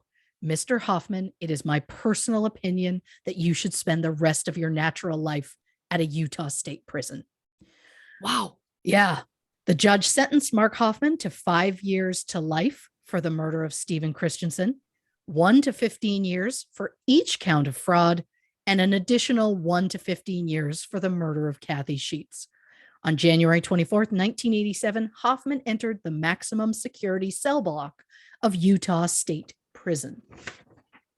I guess I should have asked before I just got back into it. Do you want to talk about it now or do you want to talk about it later? No, I'm going to save it till the end because Okay. you may give me other things that give me insights. But in this moment, I do have something I do want to say very quickly. Yes. I just want to make sure I write down this note correctly. So Yeah. he was sentenced to 5 years to life for the murder of Stephen Christensen, Yep. but 1 to 15 years for the murder of Kathy Sheets. Yes, it was part of his plea deal. So was Mhm. there a reason why the man that he murdered was more valuable to them than the woman? I and the feminist, I was gonna say deep inside me, that bitch is right under the surface. Yeah. The feminist in me wants to believe the only way I can rationalize it is that first bomb was meant for Stephen Christensen. That second bomb was meant for Gary Sheets. So Okay. Kathy was more of like an innocent bystander. So it wasn't So premeditated towards her. Right. It was more of like, yeah, okay. You know what? That is a very logical explanation. No, it is. You're right. It's the only You're right. thing that keeps the rage at bay. Like, I guess, Yeah. I guess for me, I just feel like it's so interesting when we start looking at values and those two values feel so vastly different. But you're right. I Yeah. understand in terms of what you're pleading to, because he Mhm. pled to second degree in terms of both of them. Yes. So you would think that then the sentence for both of them would be the same. I hear you that Yep. does make sense, but I just had to say it. That's all. Oh, her children have been screaming that for years, decades. And I don't blame them. Being like, I understand that man's in prison for his life, for the rest of his life. I get that. But I also, at the other side, can see feeling like, but he only did so many years for her death. Well, it's the ethics of it, right? Like, he's in it for life. What would have been the harm to leave it at? You have to do 5 to life for her as well. And also, very quickly, because again, we can get into this more later, but he avoided the death penalty with the plea deal. So the plea deal should have just been life in prison, period, in my opinion. Like, to me, the optics and the statement of this man that he intended to kill, it's 5 to life. And this woman who he didn't intend to kill, but did kill, that's 1 to 15. It's like, that's just so shitty. Like, it's like, just say it's a life sentence for both. He would have gotten a death penalty otherwise, or they could have attempted to achieve the death penalty otherwise. And I'm not saying whether that is right or wrong. I'm just saying what is a fact. I just don't like that it was the same. He pled guilty to the same charge for both. That's the problem that to me is, and I get it. If I were her child, I would feel the exact same way. I'm not her child, and I feel the exact same way. So, I find it wild that was even part of the plea deal. Also, 5 to life. That's isn't that a pretty wide bracket? 5 years to life, 1 year to 15. These are big brackets for murders. Even if you want to call the killing of Kathy a manslaughter charge, which he didn't plead to, I will add, he pled to second degree murder. Yeah. So that's again where it's like, it gets weird gray area. It's like 1 to 15 and 5 to life. It just feels. Yeah. Oh, anyway. Yeah. Yep.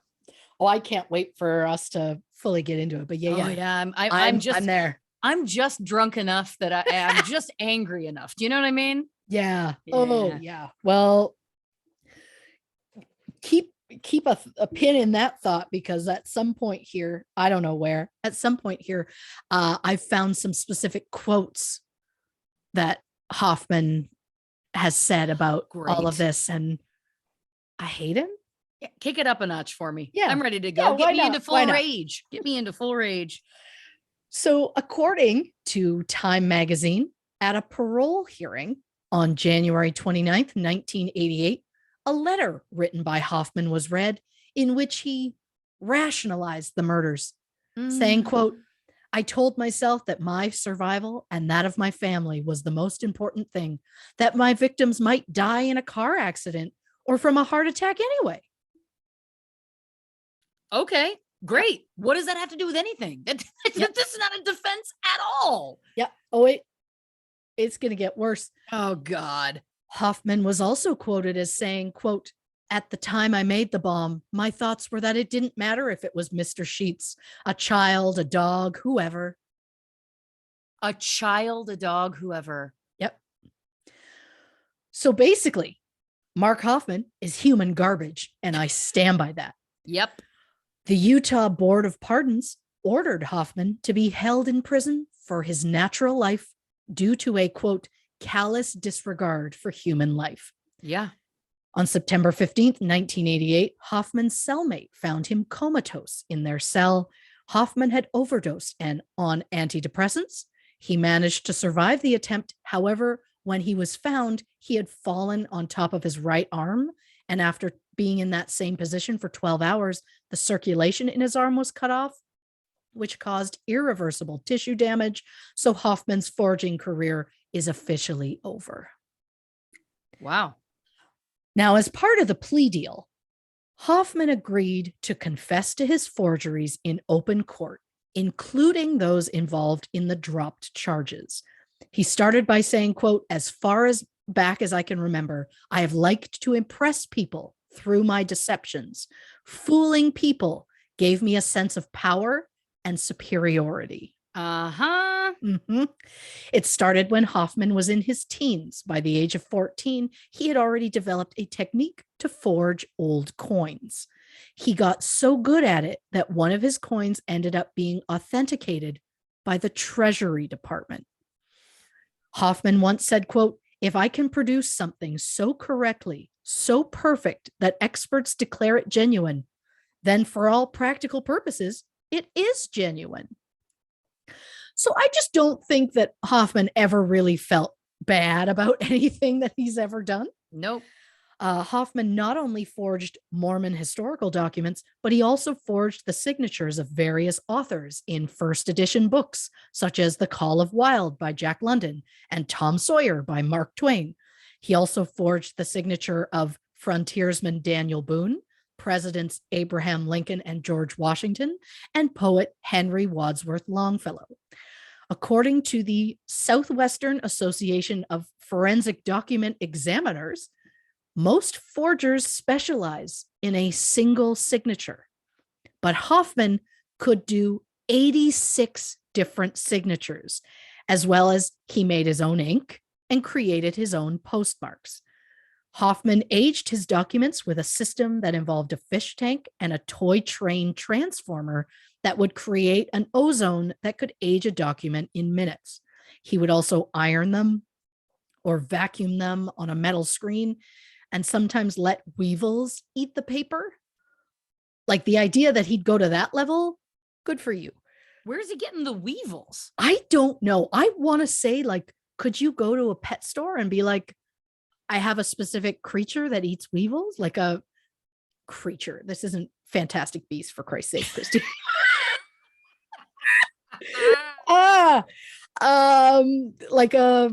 Would a tarantula eat a weevil?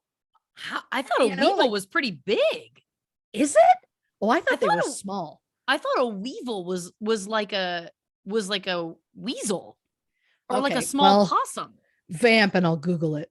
Well, listen, okay, I do have something to say, and I starred this in my notes, and this is one thing I want to say. He forged signatures in first edition books, and I think that's disgusting. How dare you deface first edition books with you and your God complex. You are a piece of garbage, you dick. 100%. Was that enough vamping? It was. The problem is oh God, I'm so itchy everywhere. I'm just finding all these pictures of these bugs in rice. Weevils are bugs? They're little bugs. I don't know if we my can see God. this. Oh, that's horrifying. I thought a weevil. Oh my God. I thought a weevil was something completely different. Well, I'm so sorry. I should have made it a side note. It's Apparently, a beetle. It's beetles. a goddamn beetle. Oh, yeah. No, thank you. No, thank you. Yeah, they're like the size of a grain of rice. They're smaller than grain of rice. So again, where you find that, I don't want to know, but gross. Okay. Well, here we go. Got it. Sorry. Sorry. No, what you did was give the people a live side note. That's nice. That they deserved. Because I'm sure there were people at home that were like, what's the fuck's a weevil? And I was like, I don't know. In my head, I was probably thinking a woozle, if I'm going to be honest. A woozle. It's heffalumps and woozles, from Winnie the Pooh. Of course. I'm so sorry. I thought of something with very large teeth, like a little hairless weasel. That's what I always pictured a weevil to be. I'm sure there's also listeners who've been screaming at us for the last 2 minutes going like, it's a bug. It's a bug. Yeah. I also want you to know, I've just written in my notes, we've addressed it. I don't need to ever come back to this, but I've written weevils. Gross. Well, you're going to want to remember that. I am. Unless that's just another merch idea. I can't decide. I don't want to put weevils on anything. No, I get thanks. that. I get that. Thanks. The ink was carefully made from a combination of tannic acid, ferric sulfate, and gum arabic, all of which Hoffman had purchased from hobby shops. Now, while I find the entire act of his forgery fascinating, the idea that you can copy something that close is wild to me. I'm more interested in the murders and why they happened as opposed to why he forged the way he did. Yeah. So I've read pieces of Mark Hoffman's account of the bombings, and it's horrifying that someone could be so nonchalant about taking a life. This is a direct quote from Hoffman. Quote, I knew I was going to make 2 bombs to kill 2 people. At first, I just didn't know for sure who the victims were going to be.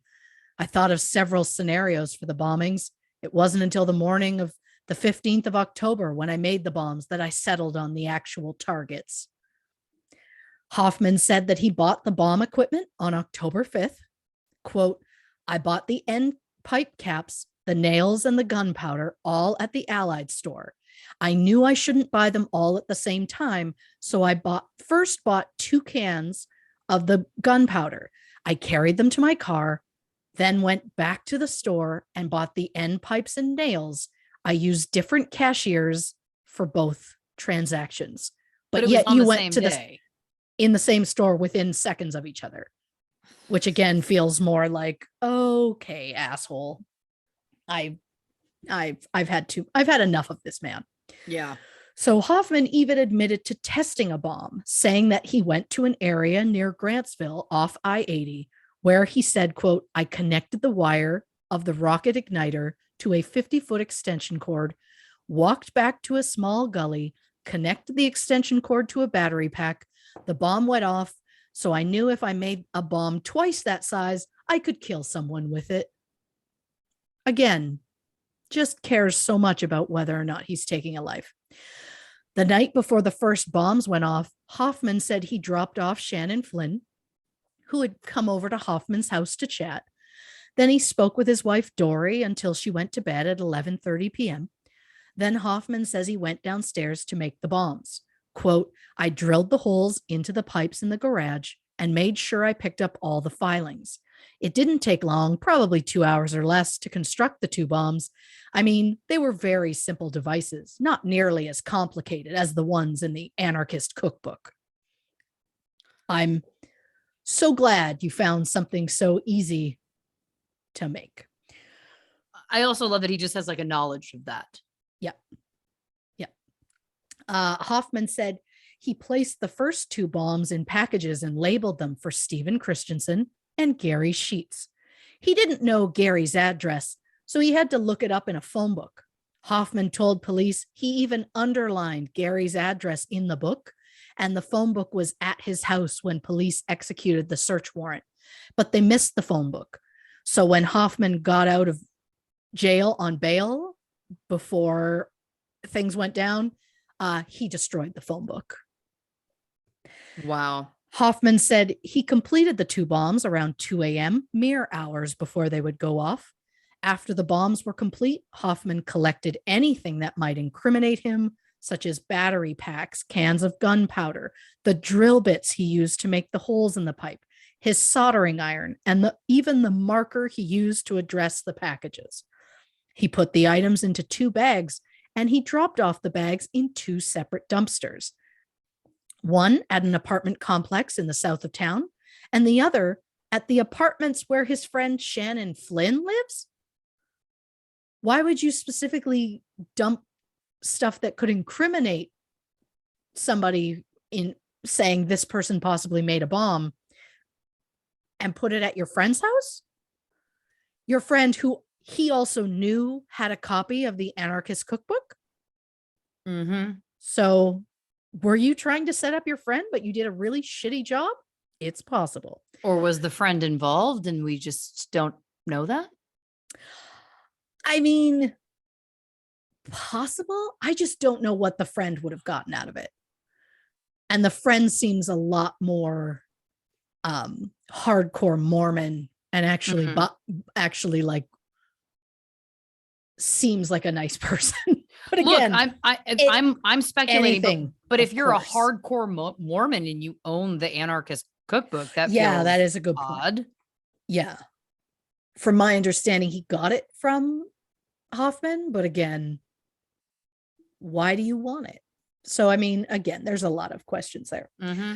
Around 2:45 a.m. on October 15th, Hoffman put the 2 bags as well as the 2 bombs into the van, drove to Gary Sheets' house to drop off the first bomb. Between 6 and 6:30 a.m., Hoffman said he went to the Judge building and delivered the second bomb. He said he wore gloves while delivering the bombs and that he threw them into a garbage can at the front of the Judge building to, quote, test fate. Yep.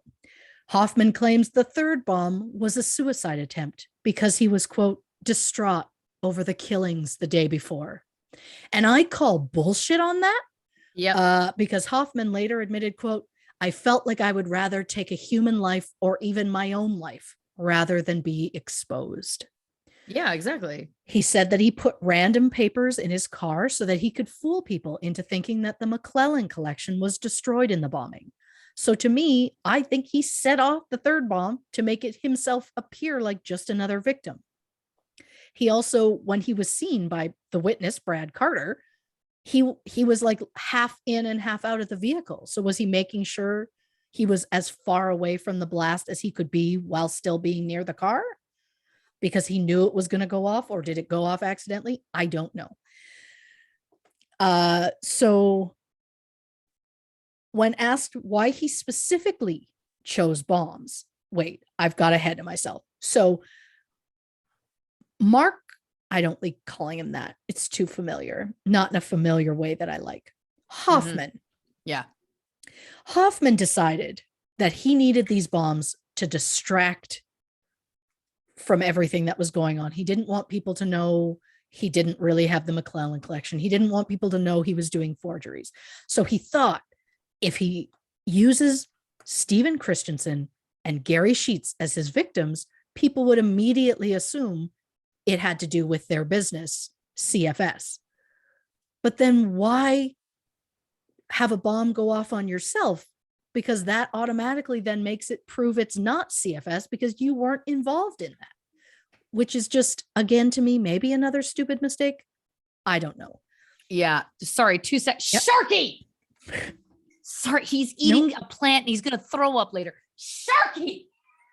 Okay, he's down now. Sorry. We need to get you a spray bottle. Honestly, he doesn't react to water. Sometimes he'll try and get in the bath. Yeah.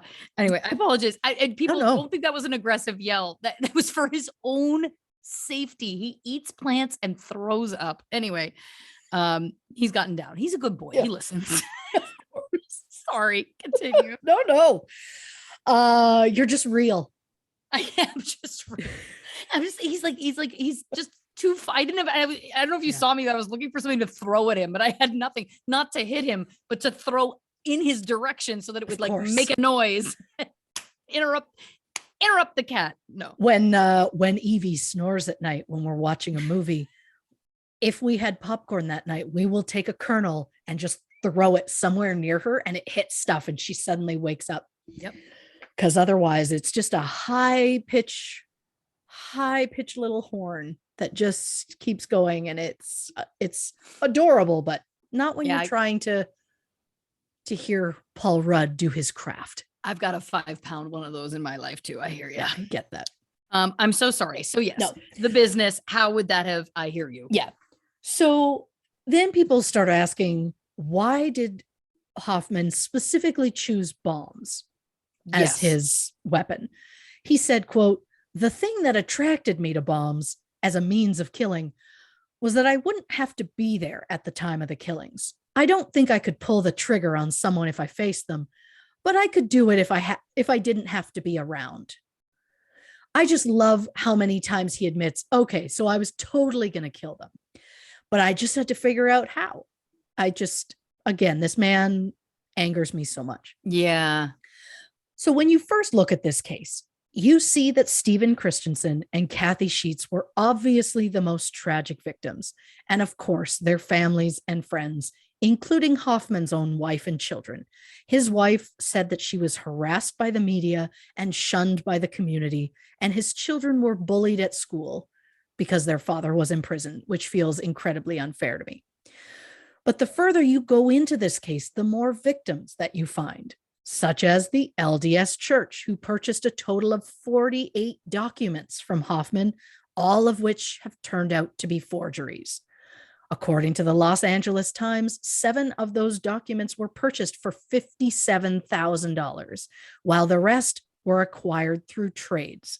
So not only did the church unknowingly pay a lot of money for fake documents, but they also gave Hoffman genuine documents that he would later make a profit off of somewhere else. Not to mention how Hoffman's documents caused a lot of people to question the entire history of the LDS. He caused so many unnecessary problems for them. Another victim of Hoffman's was document dealer Alvin Rust. Alvin was a big collector of all things Mormon, so he didn't mind loaning Hoffman $10,000 to buy the Joseph Smith blessing, which now, of course, we know was a forgery. One of Allen's favorite things to collect is Mormon money, and one of the pieces of money that was absent from Alvin's collection were Valley notes, the earliest printed money used in Utah. Valley notes were about 2 inches by 4 inches, handwritten bills that circulated briefly for a few years in 1849, starting in 1849. Descriptions of the bills have been published in various journals, but no examples have ever been found. And if you've been paying attention in this episode, I think you can guess where this story is going. In March 1981, Hoffman went to Alvin's coin shop with not 1, but 8 Valley notes. Alvin was elated. Later that same day, Hoffman went to the office of Don Schmidt, the LDS Church's chief archivist, and told him he found some Valley notes. Schmidt paid $20,000 for 4 of them. Then Hoffman went back to Alvin, who paid $12,000 for the remaining 4. Months later, Hoffman returned to Alvin's coin shop, claiming he found 9 more Valley notes. Alvin paid him another $27,000. Hoffman returned in 1982 with some Spanish Fork cooperative notes, which he sold to Alvin for $2,500. Then he went back in 1983 with another set of notes and got another $1,500. Hoffman also sold a set of those notes to the LDS Church and another set to a collector in Arizona. Again, me pinning. I read somewhere that Hoffman admitted if his wife was like, oh, we need some groceries, he'd be like, okay, she needs $20. Okay, cool. And he'd just whip up a real quick $20 forgery that he could go make $20 off of. And it's like, at what point in their marriage was she like, God, so medical school is really out, huh? You know, like it just, to me, can you imagine that poor woman that was like, so we were going to do med school and now we're doing this. Great. And she still supported him. And then it turned into surprise. Yeah. Not like what a, we'll get to her in a moment. Of course. But some may say that Alvin Rust should have been more suspicious of Hoffman, but I still feel bad that this poor guy paid thousands of dollars for forgeries. And whether it was naive or not, it's not on him. He was duped, and that's not his fault. Yeah. So then there's rare documents dealer Shannon Flynn, who was arrested and charged with possessing an unregistered firearm, a firearm that he was given by Mark Hoffman. Shannon's reputation as a document dealer was also muddied after his association with Hoffman, although Shannon claims he knew nothing of the forgeries. Shannon is the friend whose apartment building Hoffman dropped stuff off at. Mm-hmm. Another Hoffman victim was a document collector named Brent Ashworth, who says he lost between $400,000 and $500,000, his entire retirement savings, to Hoffman. Brent traded an original copy of the 13th Amendment and a letter written by Abraham Lincoln to Hoffman for some historical LDS documents, which all turned out to be forged. Even Hoffman's own father lost money because of his son by mortgaging his house to pay for his son's legal fees. In the months leading up to the bombing, Hoffman collected allegedly $1.1 million from various victims, most of which went to pay previous creditors in Hoffman's very own version of a Ponzi scheme. Wow. Basically, Hoffman would promise an investor a huge return on their investment in this rare document, take their money, repay previous investors, then look for new investors to help pay for the current ones. It was an endless cycle, and none of those people are ever going to see a dime. Now that I've thrown a lot of names at you, I thought that I should at least do an update on what the people have been up to since the 80s in a section that I have very lamely titled, Where Are They Now? Where are they now? There is such an 80s sitcom vibe to all of this, and I'm loving it. Thank you. I'm loving it. Jeff Simmons, the curator and historian, who was the first person Hoffman took the fake Anton transcript to. He died in June 1985 after an explosion at his home. It turns out that Jeff had consumed cyanide after allegedly removing a fitting from a natural gas line that was right next to his furnace. His death was ruled a suicide. Jeff was survived by his wife and 2 sons. Some say there was a lot of guilt because this whole thing over the Anton transcript, like, kind of destroyed his career. Kind of destroyed his reputation, and that he never came back from that. So Gary Sheets, Kathy's husband, moved to St. George, Utah, and sold life insurance. In 1987, he remarried a woman named Diane. The couple had 6 children, 18 grandchildren, and 9 great-grandchildren. Gary passed away September 2018. Oh. Terry Romney, Stephen Christensen's widow, was in court and asked about Mark Hoffman. And she said, quote, I really have no real feelings of bitterness or hate towards him. I don't want to waste my thoughts and energy on him. I have other things, more important things to think about. He's just not worth it. And to that I say, Terry, good for you. Terry has remarried twice since her husband's death. Unfortunately, both of those have ended in divorce, but she is currently living her life quietly away from the spotlight as she prefers. Yeah. George Throckmorton, the badass forensic document examiner who was the first to catch Hoffman's forgeries, went on to become the director of the Salt Lake City Police Department's crime lab. He recently retired, but never fear, one of his 4 children is currently working at the Salt Lake Police Crime Lab as a crime scene technician and forensic document examiner. I love that. I have no reason to trust that kid, but I do. I love it. If he's anything like his badass dad, I don't know why I keep thinking that man's a rock star. I can't wait to post a photo of him and have people be like, "That's your badass, huh?" And I say, like it. Damn right it is. Because he caught the guy who thought he was uncatchable. Yes. And that's where I'm at. So Dory Hoffman, Mark's wife, divorced Mark in August 1988 and went back to using her maiden name, Dory Olds. Since then, the couple's only communication has been through letters about their children's welfare. When Hoffman went to prison, Dory was pregnant with their 4th child, and she suddenly went from being a stay-at-home mom with no work experience to her 4 children's main provider. There was a lot that she had to battle through.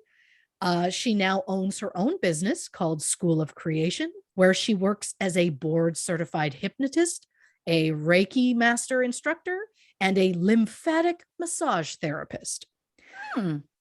The forged white salamander letter currently resides in the LDS church vault, a place that people claim historical documents go that the church doesn't want seen.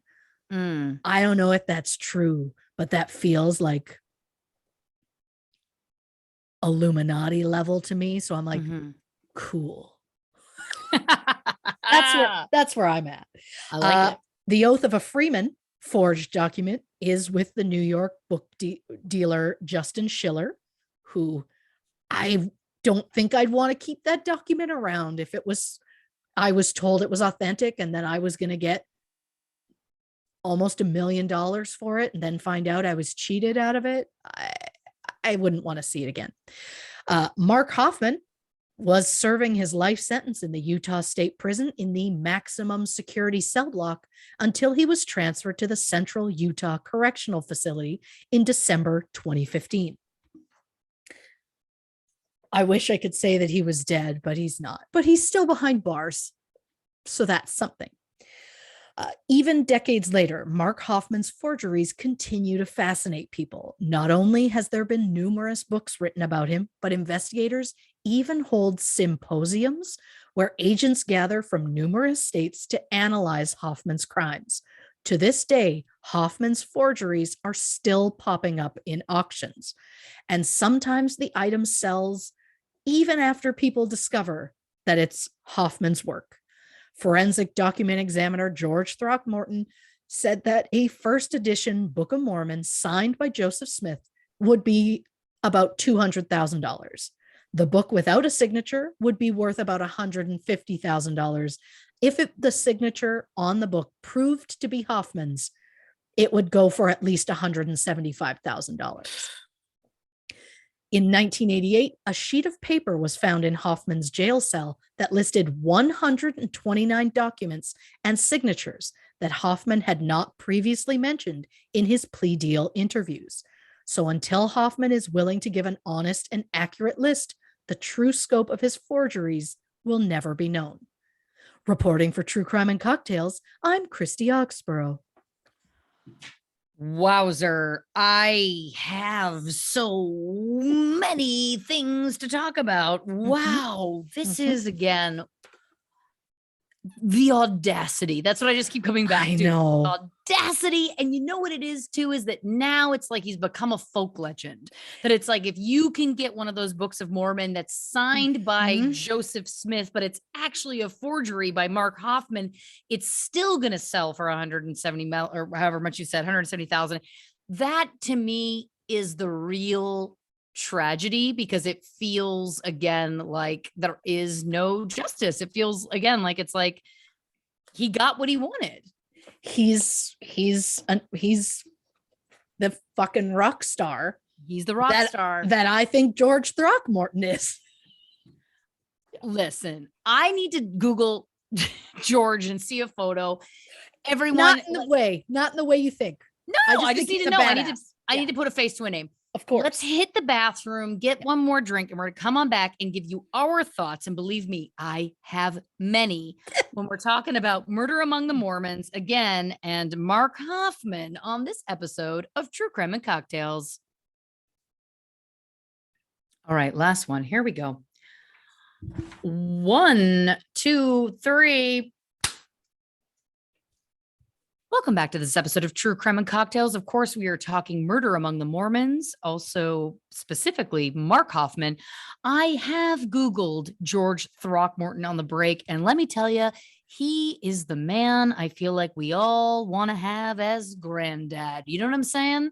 Oh, yeah. Like he's in my heart, but he's not in my Blanche list. You know what I mean? You'll be in my heart. George Throckmorton, you'll be in my heart. If he's problematic, don't come for me. Listen, I have so much to cover. Yeah. I just want to get right into it because I want to go through my notes because I've got lots of things that I wrote down, but then I'm going to get into my, big theories, feelings, etc. at the end, as always. So, first of all, well done as always. We're coming back into 2022 and never skipping a beat, which I love. First note I took, you talked about Brigham Young taking 55 wives and 56 children. And I just wrote down child brides. It's a lot. Like, I mean, I could talk forever about sister wives. I won't, but I could. I'm not, it is not a thing for me personally. I am a jealous person. I don't want to share my man. That's just where I'm at. I understand some people live very happily in open marriages and situations like that. But for me, 55, like, wowza. Like, well, yeah. And the point that I wanted to make was just, I don't judge any consenting adults who make choices that consenting adults do. But I do also just want to make it clear that we are not in any way saying that we respect the choices of anyone who is taking a child bride in any way. Because it feels like and listen, I'm not speculating about him specifically, but we know that there have been stories and we do not support that, obviously. Horrific. It goes without saying. Now, my next note, Kathy Sheets. You said that Gary Sheets, her husband, was taking a child to volleyball practice. And then I just wrote down, why does this make me think of Keith Raniere? For anybody listening, of course, Keith Raniere, the head of Nexium, he had a love of volleyball that is unparalleled to anybody. And literally, anytime I hear the word volleyball now, I think of Keith Raniere. And you know what I say to that? Fuck you, Keith. Volleyball was innocent until you go to hell. Wow. Okay. Yep. I'm going there. So sweet. Kathy and her sister Joan, the lovely sisters. I was like, that feels like us. And that just made me feel so sad for Joan that she loved her sister. And then I started thinking about, oh my God, what if I lost you? And then I was like, oh my God, I'm going to cry in this middle of this episode. And you're not even going to know why I'm crying. And I can't even go there. Then you were talking. I feel like I would have known some. I should have stopped what I was saying and gone, not me. I'm fine. Perfectly fine.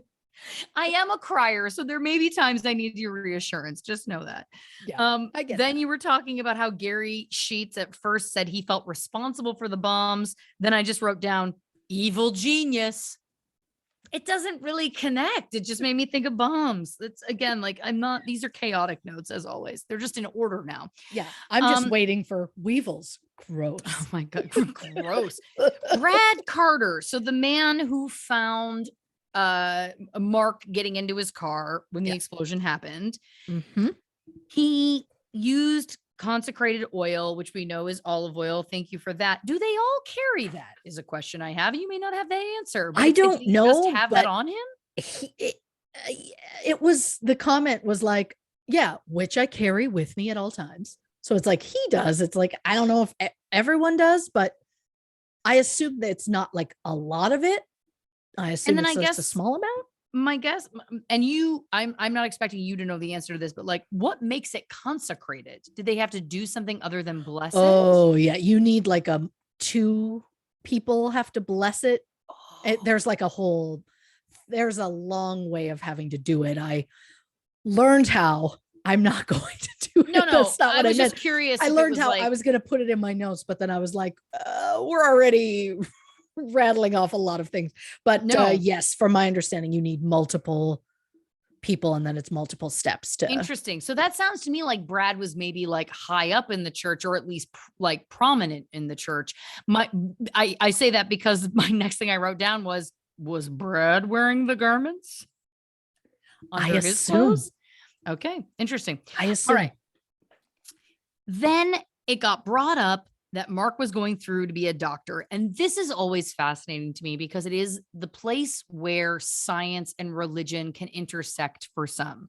And I am not suggesting that that cannot happen for some. It obviously can. I know that there are doctors that are religious. And I think, you know, I've gotten into this debate before with people, and someone said something to me once, and I legitimately can't remember who, but I thought it was an interesting point that science can explain so much, but when you are a doctor and you are dealing with death and all of those things, for some, it may be comforting to have a belief in something else. And that was such an interesting, that like rocked my world. Cause I think about doctors as being like so steadfast in science. And I was like, oh, that's an interesting way of looking at that. But it does always make me feel, I just thought that that was very interesting. And then what I found interesting about that specific in terms of Mark Hoffman, of course, is that he is extremely intelligent.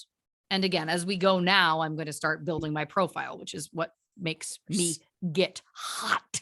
I like to profile. I am not qualified to, but again, am I not? When am I qualified? How many hours? How many hours have you put in? You know, I think they say 10,000 hours, and I think I'm getting close, all jokes aside.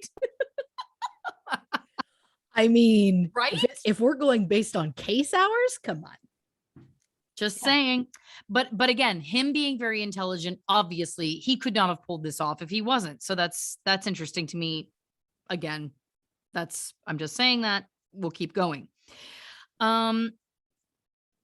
Okay.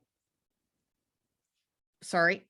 I thought I saw something. I didn't. But again, the specific that he said he saw a brown pickup truck following him, had a partial plate. It's like, that probably didn't exist.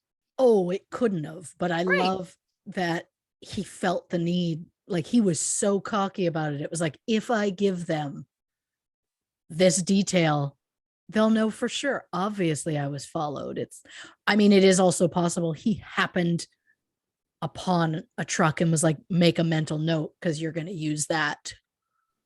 Of course. But I am more likely to believe that there was no truck. And it's the fact it's that one he of had those a partial. It's one of those, if you're lying and you give way too many specific details, people are like, oh, okay, I guess they're telling the truth. But it's how many specific details he gave. Like it starts 2W, and there's definitely two threes in there somewhere. And it's like, that's such a weird, okay. It doesn't feel like you're lying, but that speaks to me again to this man's intelligence. This man's intelligence was extreme. This guy was off the charts. He was very, very smart. Yeah. And then you talked about the Emily Dickinson poem, and in all caps, I was like, what was this fucking poem? Oh yeah, it made me so mad because I was like, much like I got so upset about him, and I'll say it, defacing first editions of books by forging signatures. Yeah. It made me very angry. I was like, and and I'll get on the woman high horse for a second. How dare you? How dare you try to pretend that you're whatever? And listen, I'm sure you were very good. Again, he's very smart, but how dare you? Like, that is so offensive to me. And that should Yeah. be offensive to everybody, by the way. Like, the idea that somebody could just write a poem. And again, I'm not saying that he was just throwing out any old thing. He was obviously very good at it in order for it to pass and for people to think that it was real. But it just offends me very deeply because Emily Dickinson, again, such a, again, we'll use the terms icon, legend, all of these things, whether you like her or you don't. The whole point is that it's like, how dare you try and suggest that you could capture her experience? You are so far removed. Yeah. I am That's, just feverishly Googling, do you want the poem? do you have it? I was going to put it in my notes and then forgot, but yes. Read it. That God cannot be understood.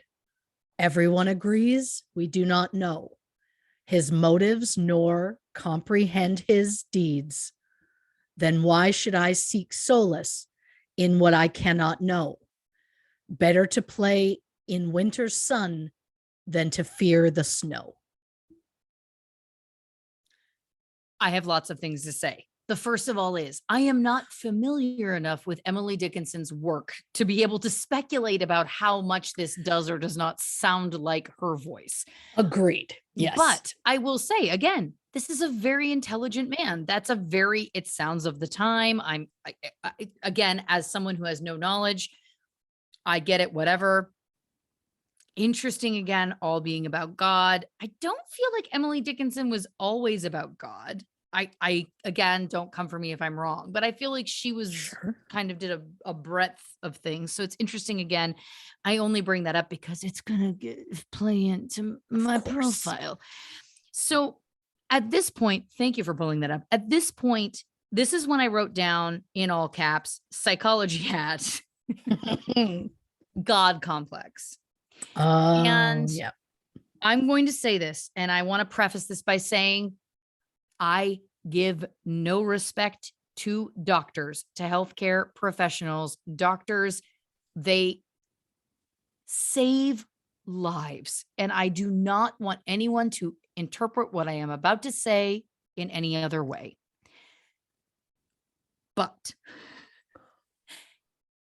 surgeons, for example, if you watch Grey's Anatomy, and they get into this and that too, it's like there is a certain aspect that that someone who does that job has to possess. And I say this with reverence and not judgment. You have to have a certain level of God complex. I'm using that loosely. Sure. But to be able to cut into a human and right? Like that requires a type of person that, for example, two hosts of this podcast do not possess.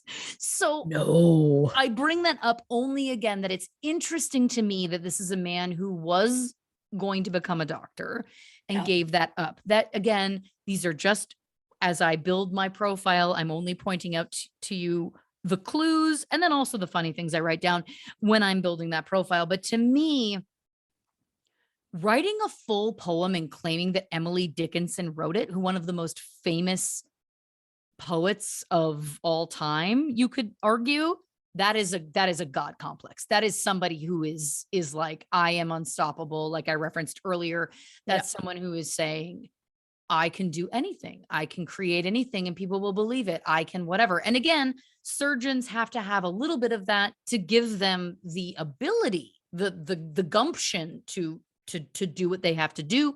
And God bless them for doing it because they save lives. Again, this isn't a judgment, but I'm just saying this is somebody who took maybe having that aptitude and didn't use it for good, because I think maybe he was over the edge in terms of his God complex. Instead of having a little sprinkling, he's got a whole large douse. Thank you for that. But this is where I started to start my ultimate theory, which I'm going to get to at the end. But this is when things started to come together for me, because I was like, this is next level. This is somebody, again, who thinks that he's unstoppable, thinks that he thinks that he cannot be caught, thinks that he cannot be stopped. And it was only in the moment where he was about to get caught, and I'll get to that in a second, but that he literally, and I'm not being glib, he literally blew it all up. It was when he knew he was about like, holy shit, Stephen Christensen is about to find out I absolutely do not have these documents I claimed to. Yeah. That's when the bombs went out and the murders happened. And that's chilling and horrifying, etc. But again, it's, you know what I'm saying? Like, oh, it's awful. Attempting to sell the Oath of a Freeman to the Library of Congress for 1.5 million. I just wrote down, isn't that a federal crime? I was like, can't we get him more jail time for that? Again, I'm mad at him. I'm mad at this man. Yeah. Then of course we got into his alias, Mike Hansen, the $2 personal check, which to me, on one hand, it just looks dumb. But again, through my lens, I'm just like, it just proves that this God complex, this pure, true narcissist believes he could do absolutely anything and not get caught. Now, you may not know the answer to this. Has anyone other than Joseph Smith seen these gold plates? Aside from an angel and the angel who wrote them, no. Okay. I was just curious. That was just a question I wrote down. Okay. Interesting. So he said at one point that he panicked and created a diversion with the bombs in order to, quote, destroy the McClellan collection, which of course did not exist, but to make it look like he was destroying it. Right. So again, it was only when he was getting pushed to the point of like, oh, you're about to be revealed, that he was like, this has to happen. Now, I'm so sorry. The lie detector test. Yeah. He beat it, right? That was what you were. He did. Yes. And that is also chilling. Like, again, as I'm putting all of this, I was like, I just wrote down again, like, confirm he beat it. That's what I wrote down because I was he like, did. Yeah. That's also wild because then, and this is getting a little above my, my pay grade. I'm not a psychologist, but again, I'm like, I would have to look, well, I'd have to look into that more deeply about how truly deeply you would have to believe something in order to because you can be like pathological liars, for example, can beat lie detector tests because they truly believe the lies they're telling. But again, I would have to look into that more specifically with him. But I just wanted to confirm that detail again, as I continue to do this. So when you said his quote of, when I made the bombs, it could have been a child, a dog, whoever, that's when I wrote down, okay, sociopath or psychopath. I was like, which is it going to be? And I actually think it's psychopath. And I'll get into that at the end. But that's when I was just like, it's such a blatant disregard for life. It seems that he never had any kind of remorse. It seems that he was very matter of fact about all of it, the God complex, and then the comments that come later about how he really kind of loved tricking people. Yeah. I mean, this person is diabolical. Like, this person is terrifying. Weevil's gross. Thank you. He tested the bomb in a small gully, and I just wrote, remember Fern Gully? That's not helpful.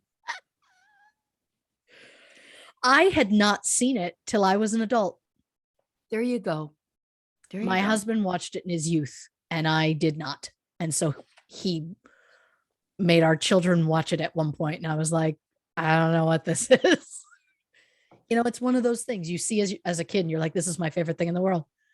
And then you see someone sees it new as an adult, and they're like, okay, good for you.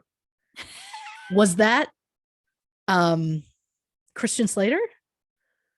I'm not sure. I think so.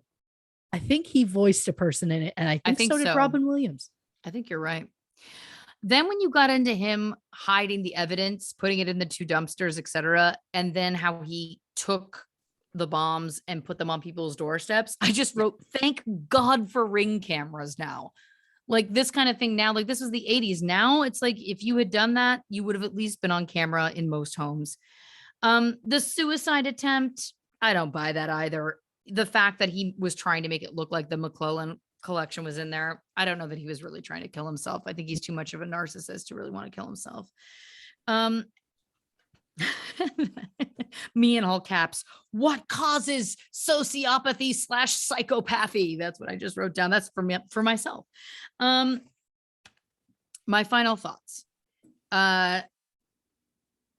Interesting that this overdose that he had on antidepressants didn't kill him, because he had that overdose, right? Yeah. And then in 2015, he was still alive. One, I don't know why he was put on antidepressants, because I don't think he was depressed. I think I that's have a odd. feeling he got them from elsewhere in the prison. But it is also possible that he planned that out and then Right. lied and like stored them or something. Because again, also that happened, long ago, and he's still alive now, correct? Yep, he is. So if he wanted to kill himself, he would have, is my point. I don't. Yes. I don't buy that. I am going to throw one thing out. I did very quickly research in the shitter on the break. Yeah. Because I had a theory and I wanted to see, and I did. And listen, I have not triple checked this as I normally would, but I just wanted to see if my theory held any water. And I did a quick Google, and of course it came up with at least 2 sources corroborating it. And I was like, motherfucker, yes. So here is my theory that I came up with. And then I'll tell you what I Googled literally in 2 seconds.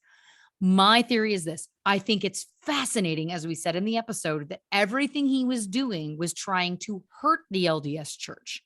Now, he was taking the knowledge, which he had an immense amount of, about the LDS church, and using it against them. So he's like, what can I create in order to make them panic, to give me money? But one would argue this is a man who, when his car blew up, he was wearing the vestments, or whatever you want to call them, the temple garments. Thank you very much. The temple garments underneath his clothes. I read a different book once that called them vestments. That's why that's in my brain. So this is somebody who seemingly is very devout to the LDS church. Yeah. And so it's like, well, why would he have done that? And in my brain, and I know that some will say, Lauren, come on.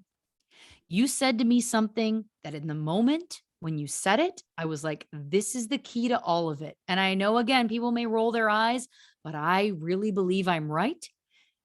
He had a girlfriend he loved, and his parents did not accept her. And he had to end that relationship because of that. And that, to me, whether it was that specific incident or that was just an example of what his entire childhood was, that suggested to me that he was growing up in a religion that he did not love and that he pretended to. And when I did a Google, I did very quickly find, and I have not fully sourced this, so again, know that. Yeah. But what I did find immediately was that there is some sources that claim that he said that he gave up his faith in the church at age 14. Interesting. And I don't know what the exact age would have been when he had this girlfriend that his parents didn't like, but it did feel to me like he would have been very young to me. And again, I don't know the ins and outs of his childhood. Obviously, I haven't dug into it, but to me, it was like stuff happened to whatever extent, and it turned him so deeply against the church. And let's just say, in the grand scheme of anything being possible for a second, let's just say he really loved that girlfriend and really, really wanted to be with her. And his parents were like, absolutely not. There's no way. And he did not feel in that moment that he could stand up for himself and say, no, this is who I love. This is what I'm going to do. He didn't. He then chose someone else that was appropriate for them. That, to me, mirrors a psychopath who says, I can't pull a trigger in front of someone and kill them, but I can plant a bomb and kill them. That, to me, is a parallel. Do you see what I'm saying? Like, it was like he was unable to confront them in that moment.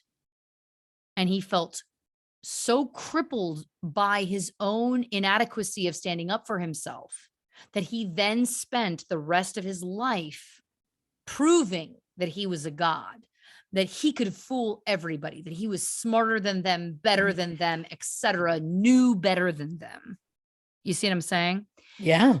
Even though he didn't have the guts in the moment, because again, the difference between him and some psychopaths that we know are serial killers is that those serial killers can kill you and dismember you in cold blood and not have a problem. And he couldn't. He still needed to have that detachment. He couldn't have that moment of confrontation. And that to me is a parallel and makes me feel like, again, first of all, you're a fucking coward. And second of all, you are somebody who is devoid of the empathy, etc. But again, doesn't have, I'm going to say it, don't come for me, doesn't have the balls to just stand up and say it for himself. You know what I'm saying? Thank you for that. You're very welcome. And I don't say that in general. I say that about this guy because I think he's a piece of shit. But you know what I mean? Like, I just think that I think that it literally is so fascinating to me that that happened. And then because you don't go after, he could have very easily become a god to the LDS church. He could have found these documents because he was creating all of them. He could have found documents that proved everything that they believe, that reinforced everything. No. He went the other way. And to me, that speaks to that girlfriend, hypocrisy, etc. It may have also been a bigger issue because I do not know, again, the ins and outs of his childhood or relationship with his parents. But at the end of the day, to me, I think that there's something there. I think he's a psychopath. And I think that seeing the parallel between those two things is the key if we were going to continue to dissect what exactly was his psychological connection to all of this. Making profiles for True Crime and Cocktails, I'm Laura Nash. Look, I don't know how far it went about this girl that he loved. I don't know why specifically she was a no for his parents, but yeah, like I feel like that would cause quite a lot of bitterness. And then it just makes me feel that much worse for Dory because it's like, did he make you spend your life making you feel like you were second all the time? Like you were a second choice?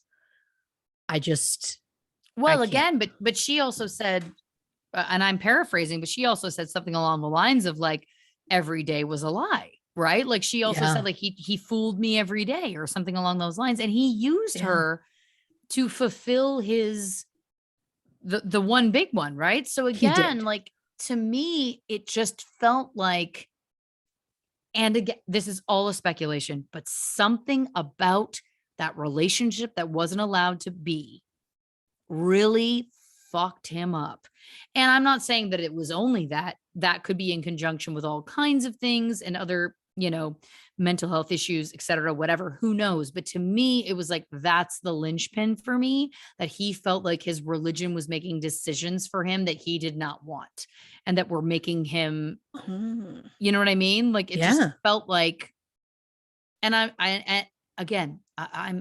speculating on all of it, but I think that's if we're going to, again, try and get into the profile and try and dissect why he did what he did, I feel like that to me would be the place I started.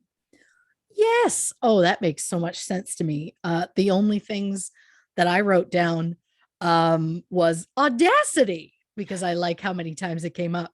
Yep. I also, of course, wrote weevils. Gross. Yep.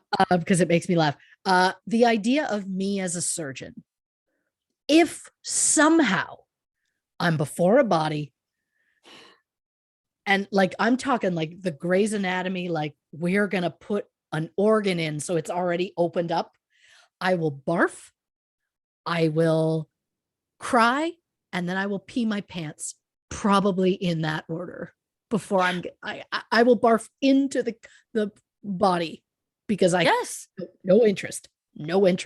Yeah.